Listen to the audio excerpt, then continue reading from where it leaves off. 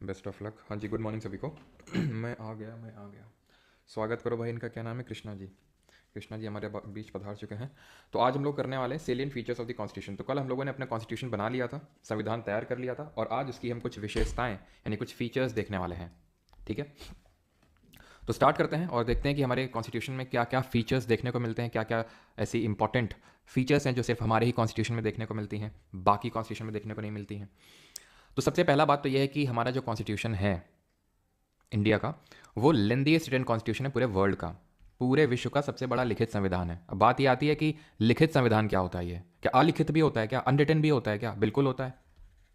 Unwritten की अगर मैं बात करूं तो जैसे ब्रिटेन का अनरिटन है। जिस ब्रिटेन ने हमें रूल किया इतने सालों तक, उसका कॉन्स्टिट्यूशन, खुद का कॉन्स्टिट्यूशन अनरिटन है। हमारा रिटन है, यूएसए का रिटन है। तो ये अनरिटन और रिटन में अंतर क्या होता है? एज सच कहीं पे कैटेगराइज नहीं कि ये अंतर होता है, लेकिन जो अंतर माना जाता है वो ये है कि जो रिटन कॉन्स्टिट्यूशन होता है, हाँ अभी हमके डाउट्स आउट सब लेंगे, लेकिन अभी लेक्चर पे फोकस करें। जो रिटन कॉन्स्टिट्यूशन होता है ये फॉर्मलाइज्ड होता है। फॉर्मलाइज्ड इन द सेंस कि ऐसे समझिए कुछ लोग यहाँ पर बैठे, ठीक है, सिर्फ कॉन्स्टिट्यूशन बनाने के लिए। जैसे कि हमारा कॉन्स्टिट्यूशन बनाने के लिए हमने कल देखा था डिफरेंट कमिटीज़ बैठी थी। उसमें हमारे बहुत ही ज़्यादा जो लिटरेट लोग थे, जो कानून की बहुत अच्छी समझ रखते थे, तो वो लोग बैठे और उन्होंने कॉन्स्टिट्यूशन को लिखा, तैयार किया। तो अनरिटन में क्या होता है? ऐसे लिख जाता है कि अपने आप भगवान लिख जाते हैं आके? नहीं।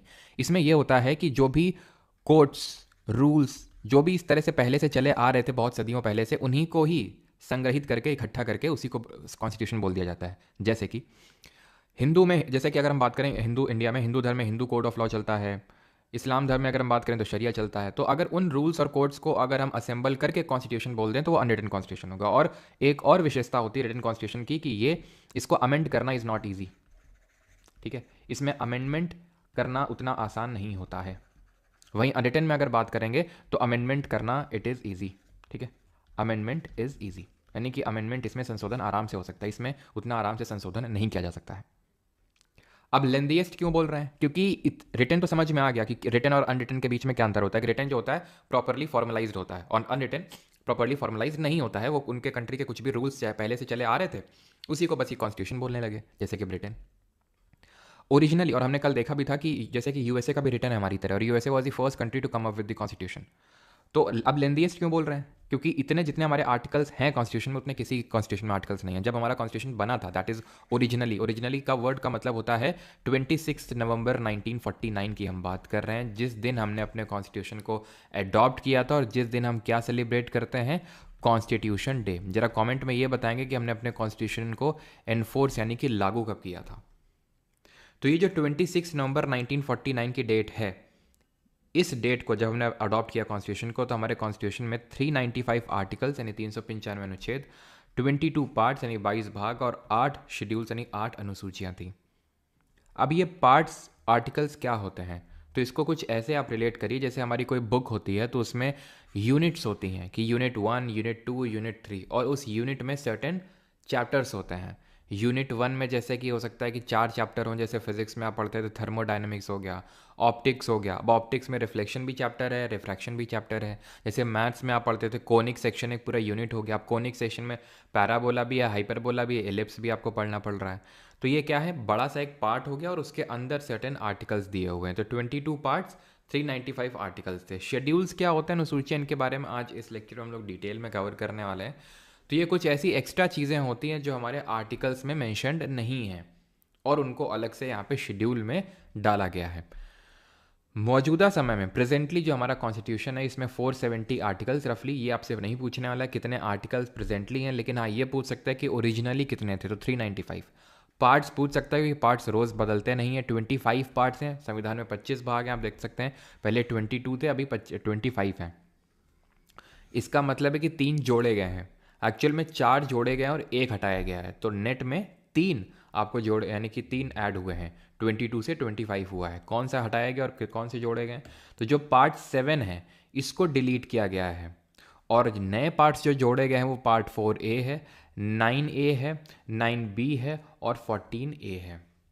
अब इनमें क्या क्या है, किस अमेंडमेंट से जोड़े गए, वो हम या तो अभी मैं आपको लिखवा देता हूँ, बाकी तो हम आगे देखेंगे ही। अमेंडमेंट क्या होता है? अमेंडमेंट होता है जब हमें अपने कॉन्स्टिट्यूशन की बुक में, संविधान की किताब में, जो इतनी 10 किलो की किताब है, उसमें अगर कोई भी चेंजेस करने होते हैं, बदलाव करने होते हैं, तो उसको बोलते हैं अमेंडमेंट। जैसे पार्ट 7 को जब डिलीट किया गया था तो इसके लिए 7th अमेंडमेंट किया गया था कॉन्स्टिट्यूशन में 1956, दैट इज 1956 में। जब हमने पार्ट 4A को जोड़ा, अभी हम पढ़ेंगे पार्ट 4A के बारे में कुछ ही दिन आगे, इसमें फंडामेंटल ड्यूटीज़ के बारे में दिया हुआ मौलिक कर्तव्य, इसको हमने 42nd अमेंडमेंट से जोड़ा। 9A को हमने जोड़ा 73rd अमेंडमेंट से, ठीक है। 70 यहाँ पे पार्ट नंबर 9 ध्यान रखना, पंचायत है। पार्ट नंबर 9A म्यूनिसिपैलिटीज़ है आपका, ठीक है। तो इसको हमने 74th अमेंडमेंट से जोड़ा, ध्यान रखिएगा, 74th अमेंडमेंट से। पार्ट नंबर 9 भी जिसमें कोऑपरेटिव सोसाइटी है, ये पार्ट नंबर आपका 97th अमेंडमेंट से। और जो पार्ट 14A है जो ट्रिब्यूनल की बात करता है, वो हमने जोड़ा 42nd अमेंडमेंट से। तो ये सारी चीज़ें हम आगे पढ़ेंगे जब part 4A, 9A, part 9B, part 14A पढ़ेंगे। चाहें तो आप इसको यहाँ पर नोट कर सकते हैं, वैसे हम आगे भी इसके बारे में पढ़ेंगे। पार्ट 7 क्योंकि डिलीट हो चुका है तो उसके बारे में तो पढ़ना नहीं है, तो उसको आप यहाँ पर नोट कर सकते हैं कि पार्ट 7 को 7th अमेंडमेंट जो हुआ था कॉन्स्टिट्यूशन का 1956 में, उससे डिलीट किया था।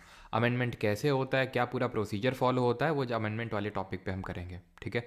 तो ये टॉपिक आई थिंक ये जो पर्टिकुलर चीज़ आपको समझ में आई होगी कि लेंथीएस्ट रिटन कॉन्स्टिट्यूशन एक फीचर है। रिटन क्यों है और लेंथीएस्ट क्यों, आप समझ गए, क्योंकि इतना बड़ा कॉन्स्टिट्यूशन किसी भी कंट्री का नहीं है, किसी भी कंट्री के पास इतना बड़ा संविधान तो नहीं है। अब ये जो दूसरा पॉइंट है, दूसरा जो सेलिएंट फीचर है, ये है फेडरलिज्म। इसको हिंदी में बोलते हैं संघवाद। ये बेहद ही इम्पॉर्टेंट है, ठीक है। ये बहुत ज़्यादा इंपॉर्टेंट, इसको ध्यान से समझिएगा, बिकॉज ये थोड़ा सा आपको कॉम्प्लेक्स लग सकता है, लेकिन क्वेश्चंस जो हैं इससे काफ़ी आते हैं, ध्यान रखिएगा। तो फेडरलिज्म होता क्या है, पहले हम वो समझ लेते हैं। तो this refers to the existence of more than one level of government in the country. जब देश में, ठीक है, जब देश में एक से ज़्यादा लेवल की गवर्नमेंट एग्जिस्ट करती है तो उसी को ही हम क्या बोलते हैं, फेडरलिज्म बोलते हैं। इंडिया में कितने लेवल का है, कितने टीयर का? तो 3 tier of government exist in India. कौन सा? तो सबसे टॉप पे बैठता है हमारा यूनियन, या फिर जिसको हम बोलते हैं सेंटर। इसके अंडर में आते हैं हमारे स्टेट्स, यानी राज्य, राज्य सरकार आती है। और इसके नीचे आते हैं हमारे क्या, लोकल बॉडीज़। लोकल बॉडीज़ का मतलब हो गया पंचायत और नगर पालिकाएँ जो होती हैं, पंचायत और जो म्यूनिसिपैलिटीज़ होती हैं। तो ये 3 टीयर ऑफ जो गवर्नमेंट है वो एग्जिस्ट करता है इंडिया में। इसी को फेडरलिज्म बोलते हैं, संघवाद बोलते हैं। संघवाद का मतलब होता है शक्तियों का बंटवारा, डिवीजन ऑफ पावर्स, ठीक है, डिवीजन ऑफ पावर। ये होता है फेडरलिज्म का मतलब, कि यूनियन के पास कुछ पावर है, स्टेट के पास कुछ पावर है, और लोकल बॉडीज़ के पास कुछ पावर है। सारा पावर कंसंट्रेटेड नहीं है। लेकिन अभी चले यहाँ पे जो तीसरा लिखा है उसको हम पढ़ लेते हैं, फिर आगे बढ़ते हैं। And that is under federalism the states are not merely agents of the federal government but draw their authority from the constitution as well. जब ये फेडरल गवर्नमेंट लिखा हो कहीं पे, फेडरल गवर्नमेंट, इसका मतलब होता है यूनियन गवर्नमेंट। फेडरल गवर्नमेंट की जब लिखे तो इसका मतलब होता है वो यूनियन यानी सेंटर की बात कर रहा है। तो ये जो पर्टिकुलर पॉइंट है ये बोल रहा है कि जो स्टेट्स हैं, जो हमारे राज्य हैं, वो कोई एजेंट नहीं है यूनियन गवर्नमेंट के। उनके पास अपनी अलग पावर्स हैं, अलग शक्तियां हैं, और वो अपनी जो पावर्स हैं उसको एग्जीक्यूट करते हैं अपने लेवल पे। तो यानी कि वो कोई एजेंट नहीं है जो स्टेट सेंटर गवर्नमेंट के। तो इसी का मतलब होता है फेडरलिज्म। घुमा फिरा के शक्तियों का बंटवारा है सब पे, सेंटर पे कुछ शक्तियाँ हैं, स्टेट पर, लोकल बॉडीज़ पे।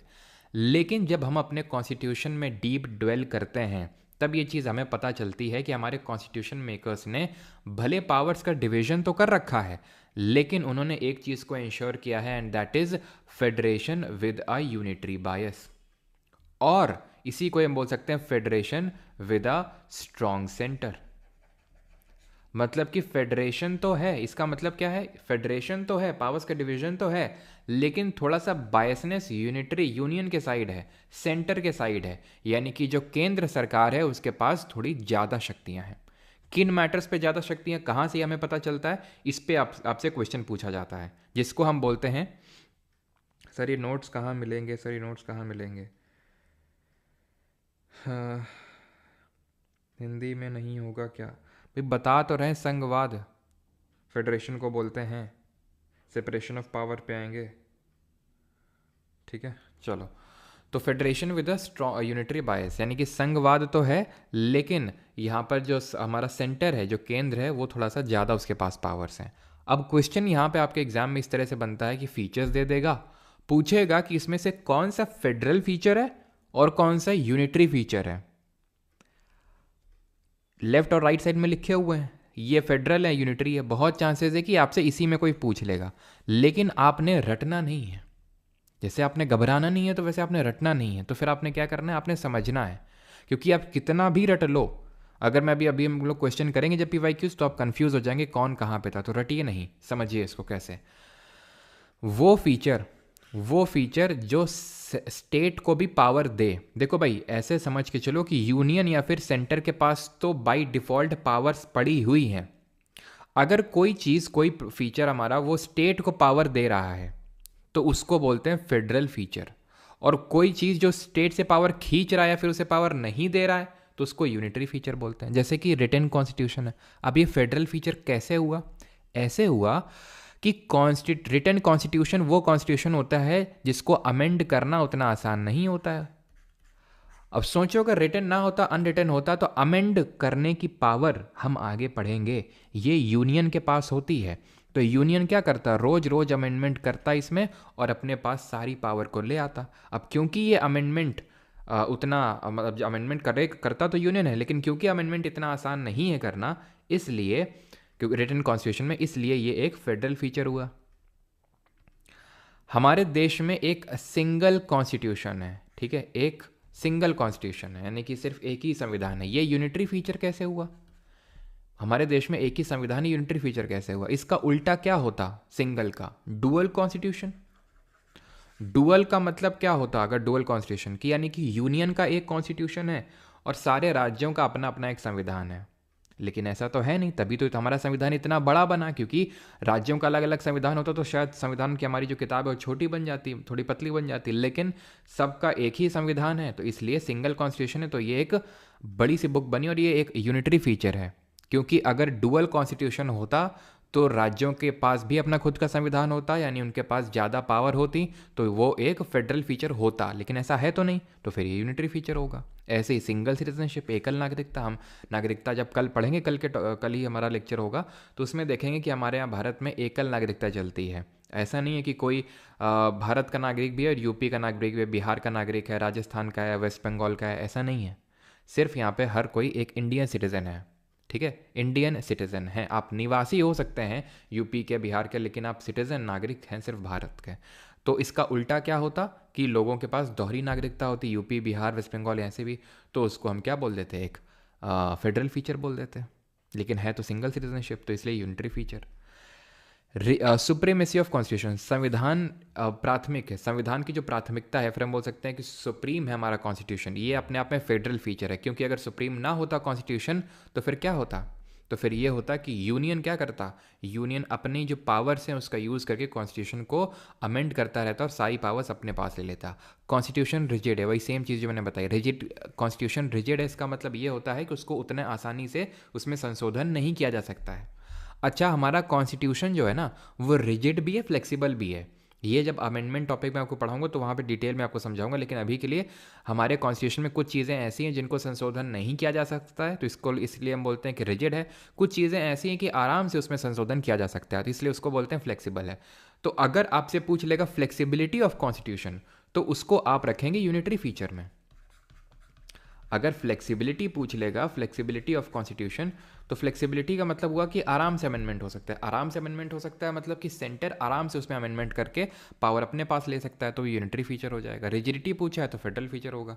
न्यायपालिका हमारी स्वतंत्र है, जुडिशरी इंडिपेंडेंट है। अगर जुडिशरी इंडिपेंडेंट ना होती तो क्या होता, यूनियन है, सेंटर अपने कंट्रोल में ले लेता उसको, लेकिन हमारे यहाँ तो इंडिपेंडेंट है, किसी कंट्रोल में नहीं, तो इसलिए फेडरल फीचर है।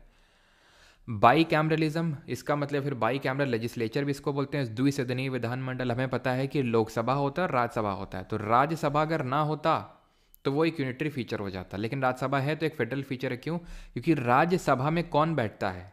राज्यसभा, वैसे अभी हमने पढ़ा तो नहीं लोकसभा राज्यसभा, लेकिन राज्यसभा में जो विधानसभा, दैट इज लेजिस्लेटिव असेंबली, जो राज्यों में होती है, हर राज्य में है हमारी लेजिस्लेटिव असेंबली, वो लोग चुन के भेजते हैं राज्यसभा में अपने रिप्रेजेंटेटिव्स को। यानी राज्यसभा में कौन बैठ रहा है? राज्यों के प्रतिनिधित्व बैठ रहे हैं, तो इसीलिए उसको बोलते हैं राज्यसभा, ठीक है। तो अगर ये ना होता तो राज्यों का रिप्रेजेंटेशन सेंट्रल लेवल पे होता ना, तो वो एक यूनिटरी फीचर हो जाता, लेकिन क्योंकि है तो इसलिए आपका एक फेडरल फीचर होगा। डुअल गवर्नमेंट, यानी कि अगर मान लो एक ही गवर्नमेंट होती पूरे इंडिया में, स्टेट में, हर यूनियन में तो जो है गवर्नमेंट है वही स्टेट में भी गवर्नमेंट है, तो अगेन वो यूनिटरी फीचर हो जाता। ऑल इंडिया सर्विसेज क्या होती हैं? तो जैसे आपकी इंडियन एडमिनिस्ट्रेटिव सर्विस होती है आईएएस, इंडियन पुलिस सर्विस होती है आईपीएस, इंडियन फॉरेस्ट सर्विस होती है, फॉरेन नहीं फॉरेस्ट, फॉरेन तो बाहर हो गई ना विदेश की, फॉरेस्ट सर्विस। तो ये होती है हमारी 3 ऑल इंडिया सर्विसेज। इनकी सब कुछ अपॉइंटमेंट, नियुक्ति, मतलब सब कुछ कौन ट्रेनिंग वगैरह department of personal and training करवाता है, डीओपीटी जिसको बोलते हैं, तो सब सेंटर करवाता है। लेकिन इनकी पोस्टिंग कहाँ पे होती है? फाइनली जाके स्टेट में होती है, यानी काइंड ऑफ हम बोल सकते हैं एजेंट है। वैसे कहीं लिखा तो नहीं हुआ एजेंट है, लेकिन फिर भी अगर हम देखें तो सब कुछ इनकी नियुक्ति वगैरह करने का काम सेंटर कर रहा है, लेकिन जा कहाँ पे रहे हैं सर्व करने के लिए? स्टेट में जा रहे हैं। तो काइंड ऑफ यूनिटरी फीचर है। स्टेट के पास इतनी इंडिपेंडेंस नहीं है कि अपने टॉप लेवल ऑफिशियल्स को चुन सकें, वैसे स्टेट के पीसेस होते हैं, लेकिन हम ऑल इंडिया सर्विसेज की बात कर रहे हैं। इमरजेंसी प्रोविजंस हम देखेंगे, वो भी एक यूनिटरी फीचर होते हैं, क्योंकि इमरजेंसी के टाइम पे सेंटर गवर्नमेंट पावरफुल हो जाती है और स्टेट पे अपना वो एक तरह से उसका थोड़ा सा कब्जा हो, मतलब एक तरह से हम बोल सकते हैं ज़्यादा पावर हो जाती है उसके पास, और स्टेट को डायरेक्शंस मानने होते हैं उस केस में सेंटर के। Appointment of governor by centre, governor कौन होता है? गवर्नर राज्य में नियुक्त किया जाता है, सबसे बड़ा हेड होता है राज्य का, लेकिन अपॉइंट कौन कर रहा है उसको? सेंटर कर रहा है। ठीक है, तो एक ये भी एक यूनिटरी फीचर में आएगा। क्या ये चीज़ आपको क्लियर हुई? फेडरलिज्म कौन सा फेडरल फीचर होता है, कौन सा यूनिटरी फीचर होता है? अब इसी को बात को लेके, क्योंकि हमारा फेडरलिज्म का जो स्ट्रक्चर है वो थोड़ा सा कॉम्प्लेक्स टाइप है, इसी बात को लेके कुछ लोगों ने कमेंट मारे हमारे फेडरलिज्म के स्ट्रक्चर पे, जो कि आपसे क्वेश्चन पूछता रहता है। वॉइस नहीं आ रही है Ashish Gupta. Sir I usually don't comment but today I also feel like asking you to say my name. अच्छा, क्यों भाई? चलो, तो अगर हम बात करें क्वाजाई फेडरल, ये किसने कमेंट किया था? ये कमेंट किया था केसी वियरे ने। ठीक है, क्वाजाई फेडरल का मतलब होता है आधा अधूरा फेडरल। क्वाजाई का मतलब ये होता है आधा अधूरा। फेडरलिज्म तो है इंडिया में, यानी डिवीजन तो है पावर में, लेकिन आधा अधूरा, पूरा पावर का डिवीजन नहीं है। कोऑपरेटिव फेडरलिज्म मतलब कोऑपरेट करना पड़ेगा सेंटर को, और सॉरी स्टेट्स को और लोकल गवर्नमेंट को, यानी कि सबको आपस में कोऑपरेट करके चलना पड़ेगा, तभी ये फेडरलिज्म एग्जिस्ट कर पाएगा। ये बोला था ग्रैनविल ऑस्टिन ने। किसने बोला था? ग्रैनविल ऑस्टिन ने बोला था। और बार्गेनिंग फेडरलिज्म किसने बोला था? कि यहाँ पे बार्गेनिंग टाइप हो रही है कि तुम कुछ ले लो, तुम हमें कुछ दे दो, इस तरह से।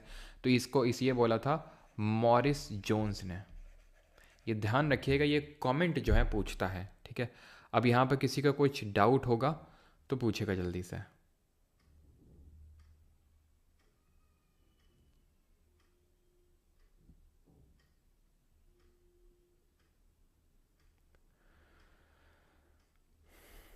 किसी का यहाँ तक कोई डाउट फेडरलिज्म में? आगे बढ़े हम लोग।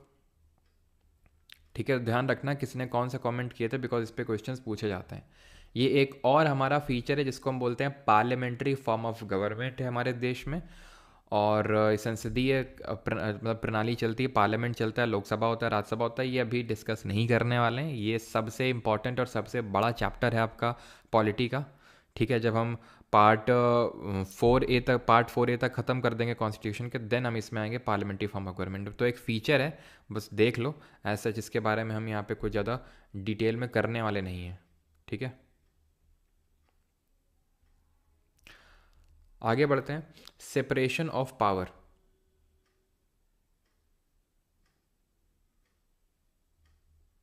ठीक है, सेपरेशन ऑफ पावर का मतलब क्या होता है?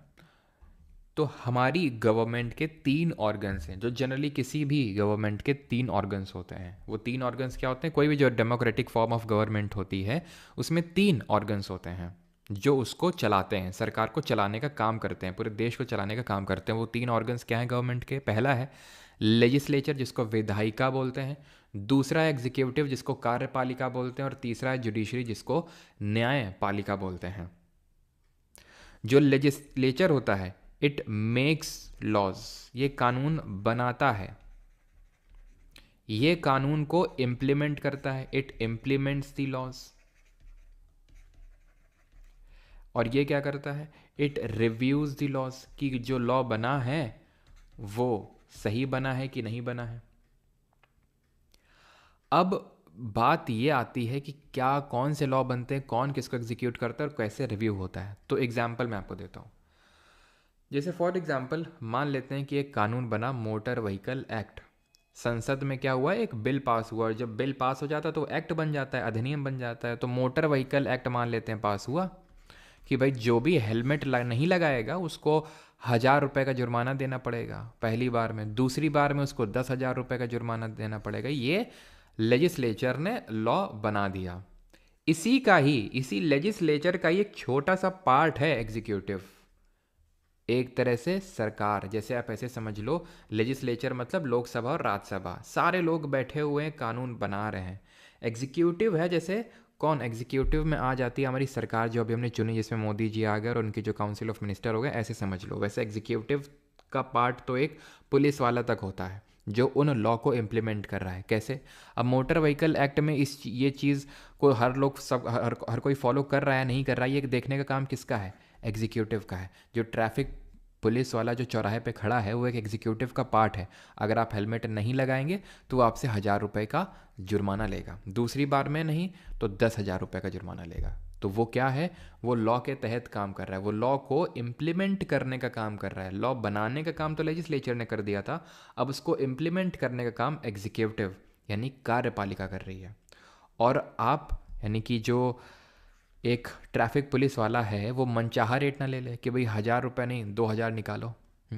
तो फिर आपके पास ऐसी क्या पावर है? या फिर इसमें मान लो कि गवर्नमेंट ने बोला कि मोटर व्हीकल एक्ट के अनुसार अगर कोई हेलमेट लगाया अगर कोई किसी ने नहीं लगाया तो पहली बार में 10,000 रुपये का जुर्माना है, दूसरी बार में 1,00,000 रुपये का जुर्माना है। तो ये क्या हो गया, थोड़ा सा एक्सट्रीम साइड में चला गया। मतलब कि गवर्नमेंट अपनी मनमानी करने लगी, या फिर हम बोल सकते हैं कि जो विधायिका है एक तरह से अपनी मनमानी करने लगी। तो वो इस तरह की मनमानी ना करे और लॉ सही तरह से इम्प्लीमेंट किया जाए, इसलिए हम क्या बनाते हैं, या फिर इसलिए हमारी एक third organ of the government है, दैट इज़ जुडिशरी, न्यायपालिका, जो लॉज को रिव्यू करेगी और ये देखेगी कि लॉ सही से एग्जीक्यूट हो रहा है ग्राउंड लेवल पे या फिर नहीं हो रहा है। ठीक है, तो हमारे केसेस चलते हैं। जुडिशरी भी हमें पता है कि सुप्रीम कोर्ट होती है हमारी एकदम यूनियन लेवल पे, स्टेट लेवल पे हाई कोर्ट्स होते हैं, और अगर हम लोकल लेवल पे चले जाएं तो हमारी डिस्ट्रिक्ट कोर्ट होती हैं। तो ये जुडिशरी में हम पढ़ेंगे कि हमारी जो जुडिशरी है वो इंटीग्रेटेड है। इंटीग्रेटेड का मतलब है कि सुप्रीम कोर्ट है टॉप लेवल पे, देन हमारा हाई कोर्ट है, देन हमारा उसके नीचे डिस्ट्रिक्ट कोर्ट है। तो इसको हम इंटीग्रेटेड जुडिशरी बोलते हैं। जरा कमेंट करके बताइए, इंटीग्रेटेड जुडिशरी यूनिटरी फीचर होगा या फिर फेडरल? अच्छा लिखा हुआ है यहाँ पे, ठीक है। इंटीग्रेटेड जुडिशरी आपका एक ऐसा यूनिटरी फीचर है। क्यों?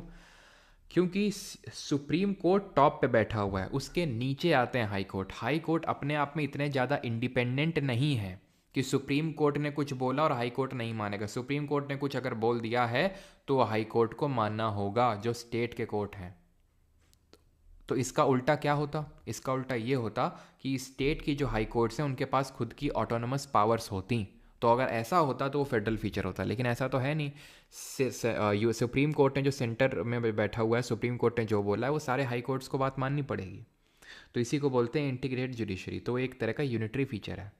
ठीक है, तो ये चीज़ समझ गया। तो ये है क्या कि तीनों ऑर्गन्स जो है हमारे गवर्नमेंट में, इनमें सेपरेशन ऑफ पावर है कि लेजिस्लेचर अपना काम करेगा, एग्जीक्यूटिव अपना और जुडिशरी अपना। लेकिन ध्यान रखना, इंडिया में स्ट्रिक्ट सेपरेशन ऑफ पावर नहीं है। स्ट्रिक्ट सेपरेशन ऑफ पावर का मतलब होता है कि जैसे फॉर एग्जांपल अगर हम चले जाएं कहाँ पर,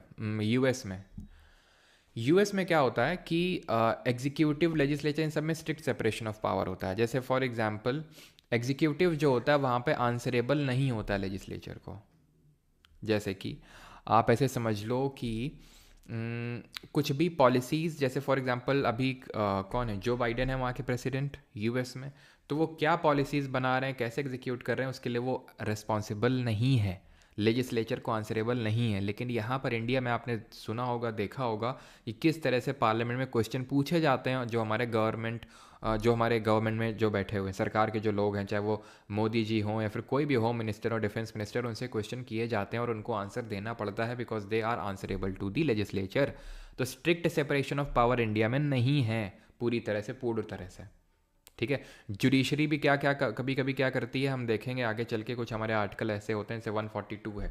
तो अगर उसको लगता है कि एग्जीक्यूटिव या फिर लेजिस्लेचर अपना काम ढंग से नहीं कर रहे हैं, ठीक है, खासकर एग्जीक्यूटिव, तो वो आर्टिकल नंबर 142 का यूज़ करके वो एग्जीक्यूटिव का भी कभी कभी काम कर देता है। ठीक है, तो उसको हम कभी कभी जुडिशियल ओवर रीच बोल देते हैं। लेकिन ध्यान रखना आपको, सेपरेशन ऑफ पावर तो है, लेकिन इंडिया में स्ट्रिक्ट सेपरेशन ऑफ पावर नहीं है यूएसए की तरह। और किसका क्या काम है, लेजिस्लेचर, एग्जीक्यूटिव, जुडिशरी का, ये भी आपको पता होना चाहिए। अभी आते हैं फंडामेंटल राइट्स। ये भी हमारे क्या है, मौलिक अधिकार, एक फीचर है हमारे कॉन्स्टिट्यूशन का। क्योंकि हमारा देश जो इतने साल गुलामी में रहा, उसके बाद आज़ाद हुआ, उसमें बहुत सारे हमारे माइनॉरिटीज़ हैं, बहुत सारे ऐसे हमारे तबके हैं जिनको कि अधिकार नहीं मिले। और साथ ही साथ जिस तरह से ब्रिटेन की गवर्नमेंट किस तरह से लोगों पे शासन एक तरह से करती थी, अपना एक तरह से हम बोल सकते हैं आर्बिट्रेरी रूल चलाती थी, वो रूल फिर से जो इलेक्टेड गवर्नमेंट है वो ना चलाने लगे, इसलिए लोगों को फंडामेंटल राइट्स दिए गए। किस लिए दिए गए? कि सो दैट ब्रिटिश गवर्नमेंट की तरह फिर से जो इलेक्टेड गवर्नमेंट हो इंडिया में, वो आर्बिट्रेरी एक्शन ना लेने लगे लोगों के अगेंस्ट, कुछ भी बोलने लगे, कुछ भी करने लगे। और दूसरा, जो हमारे माइनॉरिटीज़ हैं उनको कुछ राइट्स मिलने चाहिए अलग से, तो उसके लिए फंडामेंटल राइट्स, मौलिक अधिकार का प्रोविजन हमारे कॉन्स्टिट्यूशन में रखा गया। इसीलिए इनको कंसियंस ऑफ द कॉन्स्टिट्यूशन के नाम से जाना जाता है। ध्यान रखना, conscience of the constitution directly पूछेगा किसे बोला जाता है, तो फंडामेंटल राइट्स को। क्लियर है इतनी चीज़ कि कॉन्सियंस ऑफ द कॉन्स्टिट्यूशन क्या है? Fundamental rights. फंडामेंटल राइट्स हम यहाँ पे नहीं पढ़ रहे हैं, वो अपने आप में एक अलग टॉपिक है, वो जब हम फंडामेंटल राइट देखेंगे तो वहाँ पे देखेंगे। ठीक है, और आई थिंक परसों वाला जो लेक्चर होगा फंडामेंटल राइट्स पे ही होगा। ठीक है, काफ़ी इंपॉर्टेंट है, लेकिन अभी के लिए बस इतनी चीज़ आपको याद करनी है। देन इंडिया में सेक्युलरिज्म चलता है। सेक्युलरिज्म क्या होता है? इसको हम बोलते हैं धर्म या फिर पंथ निरपेक्षता। ठीक है, धर्मनिरपेक्षता या फिर पंथ निरपेक्षता, इसका मतलब क्या होता है? तो इसका मतलब लिखा हुआ है, पढ़ लो यहाँ पे। A secular state is one in which the state does not officially promote any one religion as the state religion. यानी सेकुलरिज्म क्या होता है? धर्मनिरपेक्षता फिर पंथ निरपेक्षता, कि जहाँ पर जो स्टेट होता है, अब स्टेट का मतलब ये मत समझना स्टेट गवर्नमेंट यूपी एमपी ना, स्टेट का मतलब इन जनरल हमारा ऐसे समझ लो सरकार, चाहे वो केंद्र की सरकार हो चाहे राज्य की सरकार हो, यानी हर एक वो गवर्नमेंट हम बोल सकते हैं जो ऑफिशियल है वो सब स्टेट में ही आते हैं। चाहे आपके पार्लियामेंट ले लो, स्टेट लेजिस्लेचर ले लो, यहाँ तक कि जब हम परसों वाला लेक्चर देखेंगे फंडामेंटल राइट और डीपीएसपी फिर आगे देखेंगे, तो उसमें देखेंगे कि स्टेट में आपके एलआईसी, ओएनजीसी, ये सब स्टेट के तहत ही आते हैं। यानी हर वो गवर्नमेंट की बॉडी, इंक्लूडिंग खुद गवर्नमेंट और हर गवर्नमेंट की बॉडी स्टेट के तहत आते हैं। तो यहाँ पर स्टेट का मतलब यूपी एमपी नहीं है। तो अ सेकुलर स्टेट का मतलब ऐसे समझ लो कंट्री की बात हो रही है। तो secular state is one in which the state does not officially promote any one religion as the state religion. यानी कि एक सेकुलर कंट्री वो कंट्री होता है जहाँ पे उस कंट्री की जो गवर्नमेंट है वो किसी एक धर्म का प्रचार नहीं करती है और एक धर्म को ही सिर्फ मान्यता नहीं देती है। जैसे कि फॉर एग्जांपल अगर हम पाकिस्तान की बात करें तो वो खुद को क्या बोलता है? इस्लामिक स्टेट ऑफ पाकिस्तान, यानी कि वो साफ साफ इस्लाम को मान्यता दे रहा है। तो ये सेकुलर स्टेट नहीं है। जैसे नेपाल की अगर बात करें तो हिंदुइज़्म को मान्यता देता है। लेकिन इंडिया क्या है? इंडिया में एज सच कोई स्पेसिफिक रिलीजन नहीं है हमारी कंट्री का, सारे धर्मों को मान्यता है। सेकुलरिज्म दो टाइप का होता है। ये एसएससी एग्ज़ाम के लिए इंपॉर्टेंट तो उतना नहीं है, लेकिन हाँ अगर आप higher level exam CDS CAPF में बैठ रहे हैं तो थोड़ा सा यहाँ पे देख लीजिएगा कि सेकुलरिज्म दो टाइप का होता है, एक नेगेटिव होता है और एक पॉजिटिव होता है।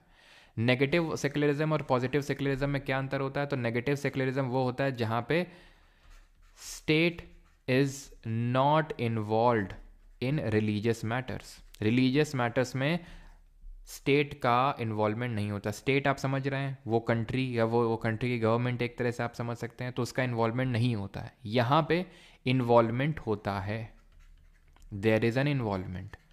इंडिया में पॉजिटिव सेकुलरिज्म है, वहीं यूएसए में नेगेटिव फॉर्म ऑफ सेकुलरिज्म है। इंडिया में हमें पता है कि इन्वॉल्वमेंट कैसे होता है कि भाई गवर्नमेंट हमारी हज की यात्रा के लिए जो लोग जाते हैं उनको सब्सिडी देती है, हिंदू धर्म के लिए भी कुछ करती है, मतलब हर धर्म के लिए कुछ कर रही है, यानी कि धर्म में उसका इन्वॉल्वमेंट है।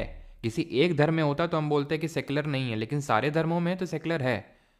और अगर सारे धर्मों में ना होता तो भी हम बोलते सेकुलर है, लेकिन सारे धर्मों में नहीं अगर इन्वॉल्वमेंट होता तो उसको नेगेटिव सेकुलरिज्म बोलते हैं। इन्वॉल्वमेंट है सारे धर्मों में तो उसको पॉजिटिव सेकुलरिज्म बोल रहे हैं।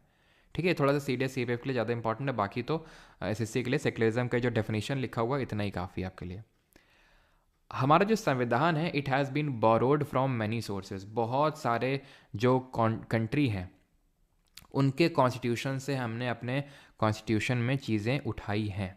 लेकिन जब ये बात रखी गई, ये बात बोली गई कि हमारा संविधान एक तरह से मतलब खरीदा हुआ कॉन्स्टिट्यूशन है या फिर हमने एक तरह से खुद की कोई चीज़ नहीं रखी है, तो उसमें हमारे जो फादर ऑफ इंडियन कॉन्स्टिट्यूशन हैं हमारे भीमराव अम्बेडकर जी, जिनको चीफ आर्किटेक्ट भी बोलते हैं, उन्होंने बड़ी अच्छी बात बोली, and that is one likes to ask whether there can be anything new in a constitution framed at this hour in the history of the world. The only new thing it if there can be any in a constitution framed so late in the day are the variations made to remove the faults and to accommodate it to the needs of the country. कि भाई किसी ने मतलब इन्होंने साफ साफ ये चीज़ बोली थी कि भाई किसी कंट्री का पेटेंट नहीं है किसी पर्टिकुलर आइडियोलॉजी में। अगर कहीं की आइडियोलॉजी हमें अच्छी लग रही है तो उसको हम लेके अपने हिसाब से, अपने कंट्री के नीड के हिसाब से उसको मोल्ड करके हम डालेंगे। सारी चीज़ें तो मतलब इतने सारे कंट्री के कॉन्स्टिट्यूशन तो बन ही चुके हैं, तो फिर हम ऐसा तो है नहीं कि कहीं से नई चीज़ निकाल के लाएंगे और किसी या फिर किसी ने पेटेंट करवा रखा है। ठीक है, स्टेटमेंट डायरेक्टली पूछता है ये। तो हमने अपने कॉन्स्टिट्यूशन में चीज़ें बोरो तो करी हैं लेकिन अपने हिसाब से उसको चेंज किया है। अब यहाँ पे मैं आपको ये चीज़ नहीं पढ़ाने वाला हूँ कि कौन सी चीज़ कॉन्स्टिट्यूशन में हमने कहाँ से ली। ये वाला पार्ट हम लास्ट में, यानी कि जब पूरी पॉलिटी ख़त्म हो जाएगी तब इस पर फिर से वापस आएंगे, क्योंकि अब मैं आपको पढ़ाऊंगा कि इम्पीचमेंट ऑफ कॉन्स्टिट्यूशन हमने बोरो किया यूएसए कॉन्स्टिट्यूशन से। जब तुमको पता ही नहीं है इम्पीचमेंट क्या होता है तो फिर मेरा ये पढ़ाना तो एकदम जायज़, मतलब एकदम फालतू हो जाएगा कि इम्पीचमेंट क्या होता है। फिर मैं बताऊंगा अमेंडमेंट हमने यहाँ से बोरो किया, लिबर्टी इक्वलिटी फ्रैटर्निटी यहाँ से बोरो किया, जबकि अब अभी तक आपने पढ़ाई नहीं कि लिबर्टी इक्वलिटी फ्रैटर्निटी होता क्या, ये कल पढ़ेंगे। फंडामेंटल ड्यूटी क्या होते हैं, पढ़ाई नहीं है। डीपीएसपी क्या होते हैं, पढ़ाई नहीं है। तो फिर उसका कोई मतलब नहीं है। जब सारी चीज़ें पढ़ लेंगे तो एक्चुअली मुझे पढ़ाने की ज़रूरत भी नहीं पड़ेगी, क्योंकि हर एक चीज़ में आपको बताता चलूँगा कि भाई फंडामेंटल राइट कहाँ से लिए, जब वो पढ़ेंगे। डीपीएसपी जब पढ़ेंगे तो वो बताऊँगा कहाँ से लिए हैं। तो वो सारी चीज़ें अपने आप होती चलेंगी, आपको याद करना ही नहीं पड़ेगा, और जो चीज़ें बचेंगी हम लास्ट में उसको समराइज़ कर लेंगे। ठीक है, अभी आते हैं आज के अपने फाइनल टॉपिक पे, and that is schedules of constitution. संविधान में जो अनुसूचियाँ हैं, अनुसूचियाँ क्या होती हैं, जो कुछ एक्स्ट्रा चीज़ें लिखी हुई हैं हमारे संविधान में जो आर्टिकल्स में, अनुच्छेदों में नहीं लिखी हुई हैं। अब शेड्यूल्स की अगर बात करें तो अभी मैं कल भी बताया था, आज भी मैंने आपको बताया कि हमारा संविधान में ओरिजिनल यानी मूलतः 8 शेड्यूल्स थे, 8 अनुसूचियाँ थीं ओरिजिनली, और एट प्रेजेंट कितनी हैं, तो एट प्रेजेंट 12 शेड्यूल्स हैं, एट प्रेजेंट 12 अनुसूचियाँ हैं। अब क्वेश्चन किस तरह से बनता है, क्वेश्चन यहाँ पर इस तरह से बनता है कि किस शेड्यूल में क्या है और किस अमेंडमेंट से हमने किस शेड्यूल को ऐड किया। ये 2 तरह के आपसे क्वेश्चंस बनते हैं। तो आइए देखते हैं सबसे पहले तो कि किस शेड्यूल में क्या दिया हुआ है। अभी इस बात पे मत जाइएगा कि सर याद कैसे होगा, ये सारी चीज़ें कैसे होंगी, वो याद मैं आपको करवा दूंगा। अभी बस आप समझने पे जोर लगाइएगा कि कैसे आप इसको समझ सकते हैं यहाँ पे। ठीक है सर, रोज़ के कंपैरिजन में वॉइस की वॉल्यूम काफ़ी कम है।